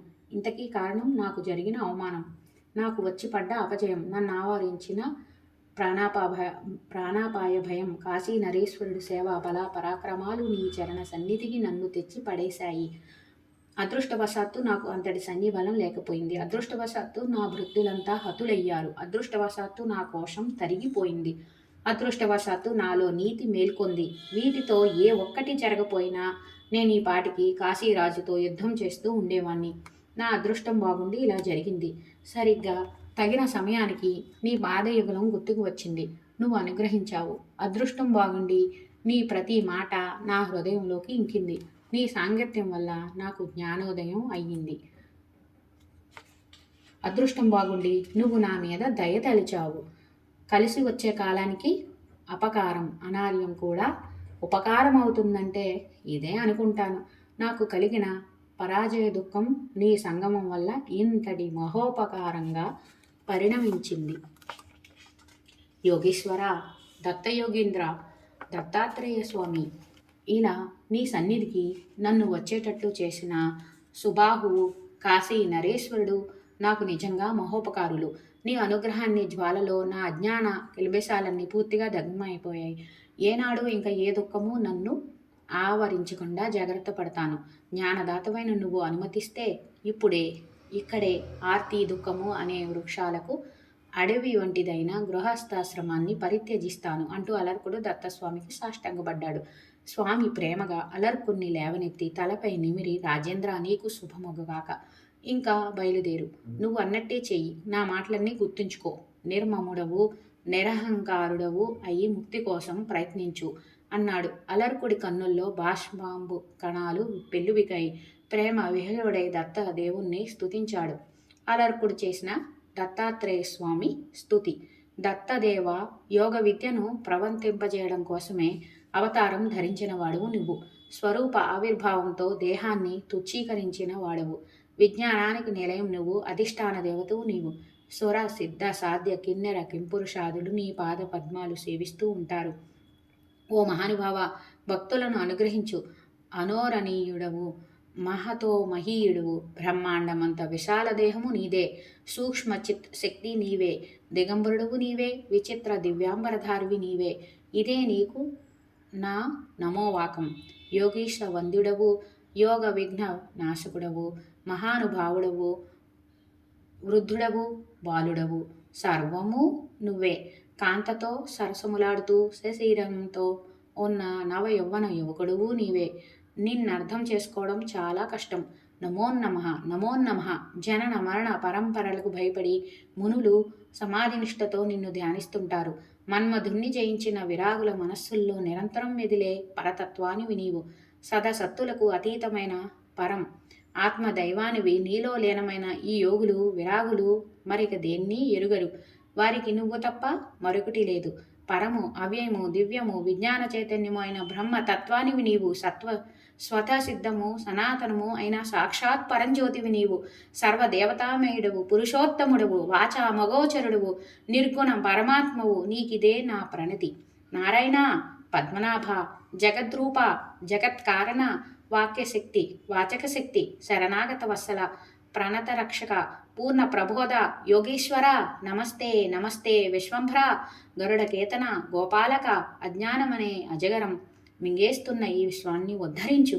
శ్రీపతి, భూపతి, వేద శాస్త్రాలకు పురుడు పోషణ వాక్పతి, వేదాంత వేద్య, సర్వ ప్రమాణ గోచర, నమోస్తుతే. మూడులై అజ్ఞాన తిమిరంతో కొట్టుమిట్టాడే జనులకు జ్ఞాన చక్షువును అందించే యోగ భాస్కర, బ్రహ్మ వంశ సంభవ, మునీశ్వర, మౌనశాలి, అనసూయ తనయ, మునిసుత, నమోస్తుతే నమోస్తుతే. స్వేచ్ఛా విహారి, వర్ణాశ్రమ వివర్జిత, నిజానికి నీకు ఏ రూపం లేదు. లేకపోయినా బ్రాహ్మణ రూపం ధరించి కనిపించేవాడా. యోగి, వేద బ్రాహ్మణ రక్షక, కైటభమర్ధన, వైకుంఠ, వైకుంఠానికి ఈ విశ్వానికి బెడత తెచ్చే వ్యక్తులను శక్తులను నాశనం చేసేవాడా. మురారాతి, కేసే నిగాధన, కంస విధ్వంసి, కృష్ణ, పదే పదే నీకు శిరసు వంచి అంజలి ఘటిస్తున్నాను. దేవదేవ, జగత్పతి, నీ అనుగ్రహం వల్ల కృతార్థుణ్ణి అయ్యాను. నువ్వు ఆజ్ఞాపించిన తత్వాన్ని పూర్తిగా అభ్యసిస్తాను అని ఆనందాతిశయంతో, బొంగురుపోతున్న గొంతుతో, వణికిపోతున్న శరీరంతో, సాష్టాంగపడి ఆనంద భాష్పాలతో దత్తదేవుని పాదపద్మాలు కడిగి అలర్క మహారాజు స్వామి వద్ద సెలవు తీసుకుని బయలుదేరాడు. సహ్యాద్రి నుండి అలర్కుడు సరాసరి రాజధానికి వెళ్ళాడు. అక్కడ తన సోదరుడు సుబాహువు, కాశీపతి కొలువు తీరి ఉన్నారు. అలర్కుడు ప్రవేశించి చిరునవ్వులు చిందుస్తూ ఇలా అన్నాడు. రాజ్యకాముక కాశీపతి, అనుభవించు. మహోర్జితమైన ఈ రాజ్యాన్ని ఇదిగో ఇప్పుడే నీకు ధారపోస్తున్నాను. స్వీకరించి ఆనందంగా అనుభవించు, లేదా సుబాహుకి అప్పగించుకో. నీ ఇష్టం. ఎలా కావాలంటే అలా చేసుకో. ఇదిగో తీసుకో. హఠాత్తుగా అలర్కుడు ఊడిపడ్డం నుంచి తేరుకొని కాశీరాజు ఈ మాటలకు మరీ నివ్వెరపోయాడు. ఏమిటి అలర్క, నీవు అంటున్నది? రాజ్యాన్ని వదిలేస్తున్నావా? యుద్ధం మానుకున్నావా? ఇది క్షత్రియ ధర్మమేనా? నువ్వు అసలు శిష్యులు క్షత్రియుడివి, క్షత్రియ ధర్మాలన్నీ ఎరిగినవాడివి. ఏమిటి ఈవెంత? రాజ్యాన్ని నాకు ధారపోయడం ఏమిటి? అమాత్యులు, సామంతులు, సేనాపతులు అందరూ ఓడినా క్షత్రియుడన్నవాడు మరణ భయాన్ని దగ్గరికి రానియకుండా శత్రువు మీదకు బాణాలను గురిపెడుతూ రణరంగంలో నిలబడాలే గాని ఇదేమిటి? ఈ రాజ్యత్యాగం నాకేమీ అర్థం కావడం లేదు. చాలా వింతగా ఉంది. యుద్ధాలు చేయాలి, శత్రువులను జయించాలి, రాజభోగాలను సంతృప్తిగా అనుభవించాలి, పరలోక సుఖాల కోసం మహాయజ్ఞాలు చేయాలి. ఇది మన ధర్మం. కాశీరాజు ఇంకా ఏదో మాట్లాడిపోయాడు. అలర్కుడు అడ్డు తగిలాడు. కాశీ నరేశ, ఒకప్పుడు నీలాగే నాకు ఇలాంటి ఆలోచనే ఉండేది. ప్రస్తుతం నా పరిస్థితి వేరు. ఆలోచనలన్నీ మారిపోయాయి. కారణం చెప్తాను విను. గడ్డి పరక ఎలా పెరుగుతుంది? ఈ సృష్టిలో ప్రతి ప్రాణి అలాగే పెరుగుతుంది. అన్నింటిలో ఉండే చిత్శక్తి ఒక్కటే. అదే ఆత్మ, అదే పరమాత్మ. అటువంటప్పుడు రాజు ఏమిటి, పేద ఏమిటి, శత్రువేమిటి, మిత్రువేమిటి, ఇన్ని భేదాలు ఎక్కడ ఉన్నాయి? అంతటా ఉన్నది నేనే. నేనెవరితో యుద్ధం చేయాలి? కాశీరాజా, దత్తస్వామి నాకు ఈ జ్ఞానం ఉపదేశించారు, కనువిప్పు కలిగించారు. ఇంద్రియాలను జయించి సర్వ సంగ పరిత్యాగినై మనస్సును పరబ్రహ్మంలో అనుసంధానం చేస్తాను. అసలైన జయం అంటే ఇదే, పరమ జయం ఇది. ఇంతకన్నా నాకు సాధించవలసింది ఏది కనిపించడం లేదు. ఇప్పుడు నువ్వు నాకు శత్రువు కాదు, నేను నీకు శత్రువుని కాదు. సుబాహు కూడా అంతే. అంతటా నేను ఆత్మనే దర్శిస్తున్నాను. అంచేత ఓ రాజా, నీకు యుద్ధం చేయడానికి ఓ శత్రువు కావలసి వస్తే ఇంకెవరినైనా వెతుక్కో. అలర్కుడి మాటలు వింటున్న కాశీపతి ముఖం వెలవెలబోతూ ఉంటే సుబాహు ముఖం మెలమెల మెరుస్తూ ఉంది. అలర్కుడిని ఆనందంతో కౌగిలించుకున్నాడు సుబాహు. కాశీపతి, దీనికోసమే, మా సోదరుల్లో ఈ మార్పు రావడం కోసమే నేను నిన్ను శరణు కోరాను. నా కోరిక నెరవేరింది. నా పన్నాగం ఫలించింది. నేను ఇంక బయలుదేరుతాను. నీకు శుభమగుగాక అని సుబాహు అన్నాడు. సుబాహు, అలర్కుణ్ణి చేయించి తాత తండ్రుల రాజ్యాన్ని అప్పగించమని కదా నీవు అడిగావు. ఇప్పుడు నీకు ఆ అవకాశం వచ్చింది. రాజ్యాన్ని తీసుకుని భోగాలు అనుభవించు. వెళ్ళిపోతావేంటి అని అడిగాడు కాశీపతి. అప్పుడు సుబాహు ఇలా అన్నాడు. రాజా, ఇంత ప్రయత్నము నేనెందుకు చేశానో, నీతో చేయించానో నువ్వు గ్రహించు. నా తమ్ముడితడు తుచ్చమైన రాజభోగాల్లో, గ్రామ్య సుఖాల్లో మునిగిపోయాడు. బ్రహ్మతత్వానికి దూరమవుతున్నాడు. ఇతన్ని దారిలోకి తీసుకురావడం ఎలాగా అని నాకు దిగులు పట్టింది. నా కన్నతల్లి మదాలస బాల్యం నుండే మాపై వాళ్ళిద్దరికీ బ్రహ్మతత్వాన్ని జోలలుగా పాడింది. స్తన్యం నోటితో, బోధ చెవులతో త్రాగించింది. మేం ముగ్గురం అమ్మదయ వల్ల బ్రహ్మజ్ఞానులమై దుఃఖరహిత పరమానంద స్థితిని అనుభవిస్తున్నాం. కడగొట్టు తమ్ముడు వీడు. ఇతడు ఒక్కడు ఇలా ఇంద్రియ సుఖాలకు దాసుడై ఎండమావుల వెంట పరిగెత్తుతున్నాడు. చిన్ననాటినే అమ్మ వీడికి ఆ బోధలు చెయ్యలేదే అని దిగులు పడ్డాను. 10 మంది మంచివారు ఒకదారిలో వెళ్తూ ఉండగా ఒకడు మధ్యలో దారి తప్పితే ఎలాగుంటుంది? మిగిలిన వారికి బాధగా ఉండదా? అలాంటిది సొంత తమ్ముడు భోగబంధాల్లో చిక్కుకొని చెడిపోతూ ఉంటే నా మనస్సు విలవెల్లాడదు. ఉద్ధరించాలి అనుకున్నాను. భోగాల నుండి విరక్తి కలగాలంటే దుఃఖం వల్లనే కలుగుతుంది. మరి ఆ దుఃఖం విత్తనాశనం వల్లనే కలుగుతుంది. అంచేత ఇతడి రాజ్యాన్ని కొల్లగొట్టే ఏర్పాటు నీ ద్వారా చేశాను. మా వాడికి దుఃఖం కలిగింది. అందులో నుండి వైరాగ్యం బయలుదేరింది. దత్త దేవుడి కృప వల్ల సద్గురువు బోధ లభించింది. బ్రహ్మజ్ఞాని అయ్యాడు. నా కోరిక నెరవేరింది. మరి ఇంక నాకు సెలవు. నువ్వు చేసిన ఉపకారానికి నేను కృతజ్ఞుణ్ణి. నిన్నొక సాధనంగా ఉపయోగించుకున్నానని బాధపడుకు, చిన్నబుచ్చుకోకు. ఈ రాజ్యం కూడా అందుకొని సుఖించు. మదాలస వంటి యోగమాత కడుపును పుట్టిన వాళ్ళం, ఆ తల్లి పాలు తాగిన వాళ్ళం. మా తమ్ముడు కూడా మా తల్లి ఉపదేశించిన బ్రహ్మ మార్గంలోనే ప్రయాణించాలని మేము కోరుకోవడంలో తప్పులేదు కదా. సమర్థులు ఉండగా అయినవాడు అపమార్గం పడితే అది ఎవరి తప్పు అవుతుంది? లోకం మమ్మల్నే కదా ఆడిపోసుకుంటుంది. సుబాహువు ప్రసంగంతో కాశీరాజు కలత చెందిన మనస్సుతో, సాధుపుంగవా, సుబాహు అలర్కుడికి ఉపకారం చేయాలనుకున్నావు. మరి నాకు ఉపకారం చేయాలని ఎందుకు అనుకోలేదు? సజ్జనులతో కలయిక నిష్కలంకావడానికి వీల్లేదు. సత్ఫలాన్ని అందించు. అంచేత నీ కలయిక వల్ల నాకు కూడా ఉన్నతిని కలిగించు. జ్ఞానోపదేశం చెయ్యి, పుణ్యం కట్టుకో. కాశీపతి, ఇలా అడిగావంటేనే నీలో మార్పు తెలుస్తుంది. సంతోషం. ఆలకించు. ధర్మార్థ కామ మోక్షములని 4 పురుషార్థాలు ఉన్నాయి. వీటిలో మొదటి 3ంటిని నువ్వు సాధించ. ఇప్పుడిక 4వ దాని కోసం ప్రయత్నించు. దాన్ని సాధించడం ఎలాగో క్లుప్తంగా చెప్తాను. సావధాన చిత్తంతో విని బాగా ఆలోచించి సాధన కొరకు ప్రయత్నించు. మమ, అహం అనేవి 2 దరిచేరకుండా చూసుకో. నేనెవడను, ఎవడివాడను అని లోపల తర్కించుకో. పరిపాలనా బాధ్యతలు అయ్యాక అర్ధరాత్రి ఒంటరిగా కూర్చొని తర్కించుకో. నీ ఆలోచనలన్నీ అంతర్ముఖంగా ప్రయాణం చెయ్యనియ్యి. వ్యక్తాలు తెలుసుకో. అప్పుడు నేను ఏమిటో తెలుస్తుంది. అది తెలిస్తే అన్నీ తెలిసిపోతాయి. ఆత్మ కానిదాన్ని ఆత్మగా భావించడమే అజ్ఞానం. అదే విమూఢత. దీన్ని తొలగించుకుంటే చాలు. రాజా, నేను సర్వగతుణ్ణి అయినా నువ్వు అడిగావు కాబట్టి లోక వ్యవహారాన్ని బట్టి సంక్షేపంగా సారాంశం తెలియజేశాను. సెలవు, వస్తాను అంటూ సుబాహు బయలుదేరాడు. కాశీపతి 1 నిమిషం అంటూ అన్నదమ్ములిద్దరికీ పాదాభిషేకం చేశాడు. ఇది మీ రాజ్యం, మీ ఇష్టం అని తన రాజధానికి బయలుదేరాడు. సుమతి, ఆ తర్వాత ఏమైంది? విరక్తుడైన అలర్కుడు రాజ్యాన్ని ఎవరికి అప్పగించాడు? సుబాహు మరి తన తమ్ముడిని ప్రశంసించలేదా? ఇలా ప్రశ్నిస్తున్న తన తండ్రికి తరువాతి కథను సుమతి ఇలా వివరించాడు. ఇది కూడా నీకు చెబుతాను అంటూ వేదధర్ముడు దీపకుడికి అలర్క కథను ఇలా చెబుతున్నాడు. కాశీరాజు వీడ్కోలు చెప్పాక అలర్కుడు సుబాహుకు పాదావందనం చేశాడు. అన్నా, నన్ను కృతార్థుణ్ణి చేశావు. కృతజ్ఞుణ్ణి. చిన్నప్పుడు అమ్మ మీ ముగ్గురికి బ్రహ్మజ్ఞానం నూరుపోసింది. నాకు ఆ అదృష్టం లేకపోయింది. లౌకిక మార్గంలో పడి రాజపాలన అంటూ జడుణ్ణి అయ్యాను. నీ దయ వల్ల ఇప్పటికీ విముక్తుణ్ణి కాగలిగాను అని ఆనంద బాష్పాలు రాలుస్తూ వణుకుతున్న కంఠంతో మాట్లాడుతున్న తమ్ముణ్ణి ఆర్ద్రంగా కౌగిలించుకున్నాడు సుబాహు. తమ్ముడు, నీ బ్రహ్మజ్ఞానం మీద నాకు నమ్మకం కుదిరింది. ఏది చేయాలో అది చేశావు. కాబట్టి ఇంక నీ ఇష్టం. రాజ్యం ఏలుకుంటావో అడవులకే వెళ్తావో నిర్ణయించుకో. ఇందులో నాకు కృతజ్ఞతలు చెప్పవలసింది ఏదీ లేదు. అంతా దత్తాత్రేయుడు అనుగ్రహం శుభమగుగాక అని ఆశీర్వదించి సుబాహు నిర్లిప్తంగా నడిచి వెళ్ళిపోయాడు. అలర్కుడు అంతఃపురానికి వెళ్ళి ఆ రోజే తన పెద్ద కొడుక్కి రాజ్య పట్టాభిషేకం జరిపించి పరిపాలనా బాధ్యతలు అప్పగించి తాను ధర్మపత్ని సమేతుడై వానప్రస్థానికి వెళ్ళాడు. అక్కడ కొంతకాలం యోగాభ్యాసం చేస్తూ కొంతకాలానికి నిర్ద్వంద్వుడు నిష్పరిగ్రహుడు అయి యోగసిద్ధిను పొందాడు. నిర్వాణ ఫలాన్ని చవిచూశాడు. ఆ స్థితి నుండి ఈ జగత్తు అంతా తిలకించాడు. దేవ అసుర మానవ గణాలతో పశు పక్షాది జాతులతో అనేక రకములై వృక్ష సంపదలతో కిటకిటలాడుతున్న జగత్తు సత్వ రజస్తమో గుణాలనే బంధాల్లో పడి కొట్టుమిట్టాడుతున్న వైనం కనిపించింది. బిడ్డల్ని, తోబుట్టుల్ని, మిత్రుల్ని, శత్రుల్ని, తనవారిని, పరాయి వారిని ఏవేవో బంధాలు సంబంధాలు కల్పించుకుంటూ తన్నులాడుకుంటున్నారు. కామ క్రోధాదులకు లోనై దుఃఖార్తులవుతున్నారు. అజ్ఞానం అనే బురదగుంట్లో పడి దొర్లుతున్నారు. ఉద్ధరించే దిక్కులేక అల్లల్లాడుతున్నారు. తానొక్కడు గట్టు మీద నిలబడి చూస్తున్నట్లు దర్శనమయ్యింది. అప్పుడు అతని నోటి నుండి అప్రయత్నంగా ఇలా అన్నాడు. ఓహో, ఒకప్పుడు నేను అనుభవించిన రాజభోగాలు సుఖాలు ఇప్పటి ఈ నిర్వాణానుభవంతో పోలిస్తే అవి ఏపాటి యోగాన్ని మించిన పరమసుఖం లేదు కాక లేదు. కాంత కనకాలు వస్తు వాహనాలు ధన ధాన్యాలు లోకంలోని ఏ ఐశ్వర్యమైన అది అందించే ఆనందమైన యోగం అందించే ఆనందంలో 16 వంతు కూడా కాదు.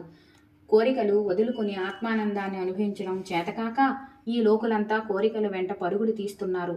దుఃఖ భాజనులు అవుతున్నారు. సత్యము, జ్ఞానము, అనంతము, జ్యోతిస్వరూపము, సనాతనము అయిన ఏ పరబ్రహ్మమైతే ఉన్నదో అదే నేను. అదే ఆత్మ. దత్తాత్రేయుడి దయవల్ల, తల్లిదండ్రులు అనుగ్రహం వల్ల, సోదరుడి కృషి వల్ల నేను కృతార్థుణ్ణి కాగలిగాను. నిజంగా నిస్సంశయంగా కృతార్థుణ్ణి కాగలిగాను. తండ్రి దత్తస్వామి అలర్కుడికి బోధించిన యోగ విద్య అంతా నీకు నేను తెలియజేశాను. దీన్ని నీవు అభ్యసించి ఆచరణలో పెడితే బ్రహ్మానంద స్థితిని పొందుతావు. ముక్తికి యోగమొక్కటే ఉత్తమ మార్గం. యజ్ఞాలు, జపాలు, తపాలు ఇవన్నీ ఎందుకు గాని యోగ విద్యను ఉపాసించు. జనక, దయచేసి నాకు అనుజ్ఞ ఇవ్వు. అడవులకు వెళ్ళి యోగాభ్యాసం కొనసాగించి నిర్ద్వంద్వుణ్ణి నిష్పరిగృహుణ్ణి అయ్యి బ్రహ్మభావం పొందడానికి, ముక్తిని పొందడానికి, నిర్వృతిని పొందడానికి ప్రయత్నిస్తాను. తండ్రికి ప్రదక్షిణం చేసి సాష్టాంగ నమస్కారం చేసి లేచి అనుమతి తీసుకుని సుమతి అడవులకు వెళ్ళిపోయాడు. అప్పుడు ఆ తండ్రి ఏం చేశాడంటే, కన్న కొడుకు తనను విడిచి ఎక్కడికో వెళ్ళిపోతున్నాడనే ఆలోచనతో గుండెల్లో కమ్ముకున్న మమకార దుఃఖం నుండి క్షణంలో తేరుకుని కొడుకు చెప్పిన యోగ విద్యా రహస్యాలను మననం చేసుకుంటూ ఆ క్షణం నుండే యోగాభ్యాసం ప్రారంభించాడు. కొంతకాలానికి పరిణితి చెంది వానప్రస్థం స్వీకరించాడు. ఆ పైన మరికొంతకాలానికి 4వదైన సన్యాసాశ్రమం స్వీకరించి యోగసిద్ధి పొందాడు. నాయనా దీపక, విన్నావు కదా, ఇది దత్తమహిమ. ప్రసక్తంగా పితాపుత్రుల కథ, కార్తవీరుడి గాథ, అలర్క ఉపదేశం అన్నీ నీకు తెలిపాను. దత్తమహిమను ఎవరు ఎప్పుడు చెప్పినా విన్నా వారికి దత్తుడి అనుగ్రహం వల్ల సమస్త కిల్బిసాలు తొలగిపోతాయి. సంసార సంబంధమైన దుఃఖాలు నశిస్తాయి. ఐశ్వర్యాలు లభిస్తాయి. అహంకార మమకారాలు తొలగి మనస్సు తేలికపడుతుంది. ఈ జీవితం, ఈ జీవకోటి ఏ సూత్రం మీద నడుస్తున్నాయో అవగతమవుతుంది. ఆత్మకు ధైర్యము, చైతన్యము ఏర్పడతాయి. యోగాభ్యాసం వల్ల గురి కుదిరి అంతిమంగా నిర్వాణానుభూతి కలుగుతుంది అని చెప్పి వేదధర్ముడు కాసింత విశ్రాంతి తీసుకున్నాడు అంటూ బ్రహ్మ కలి పురుషునితో చెప్పాడు.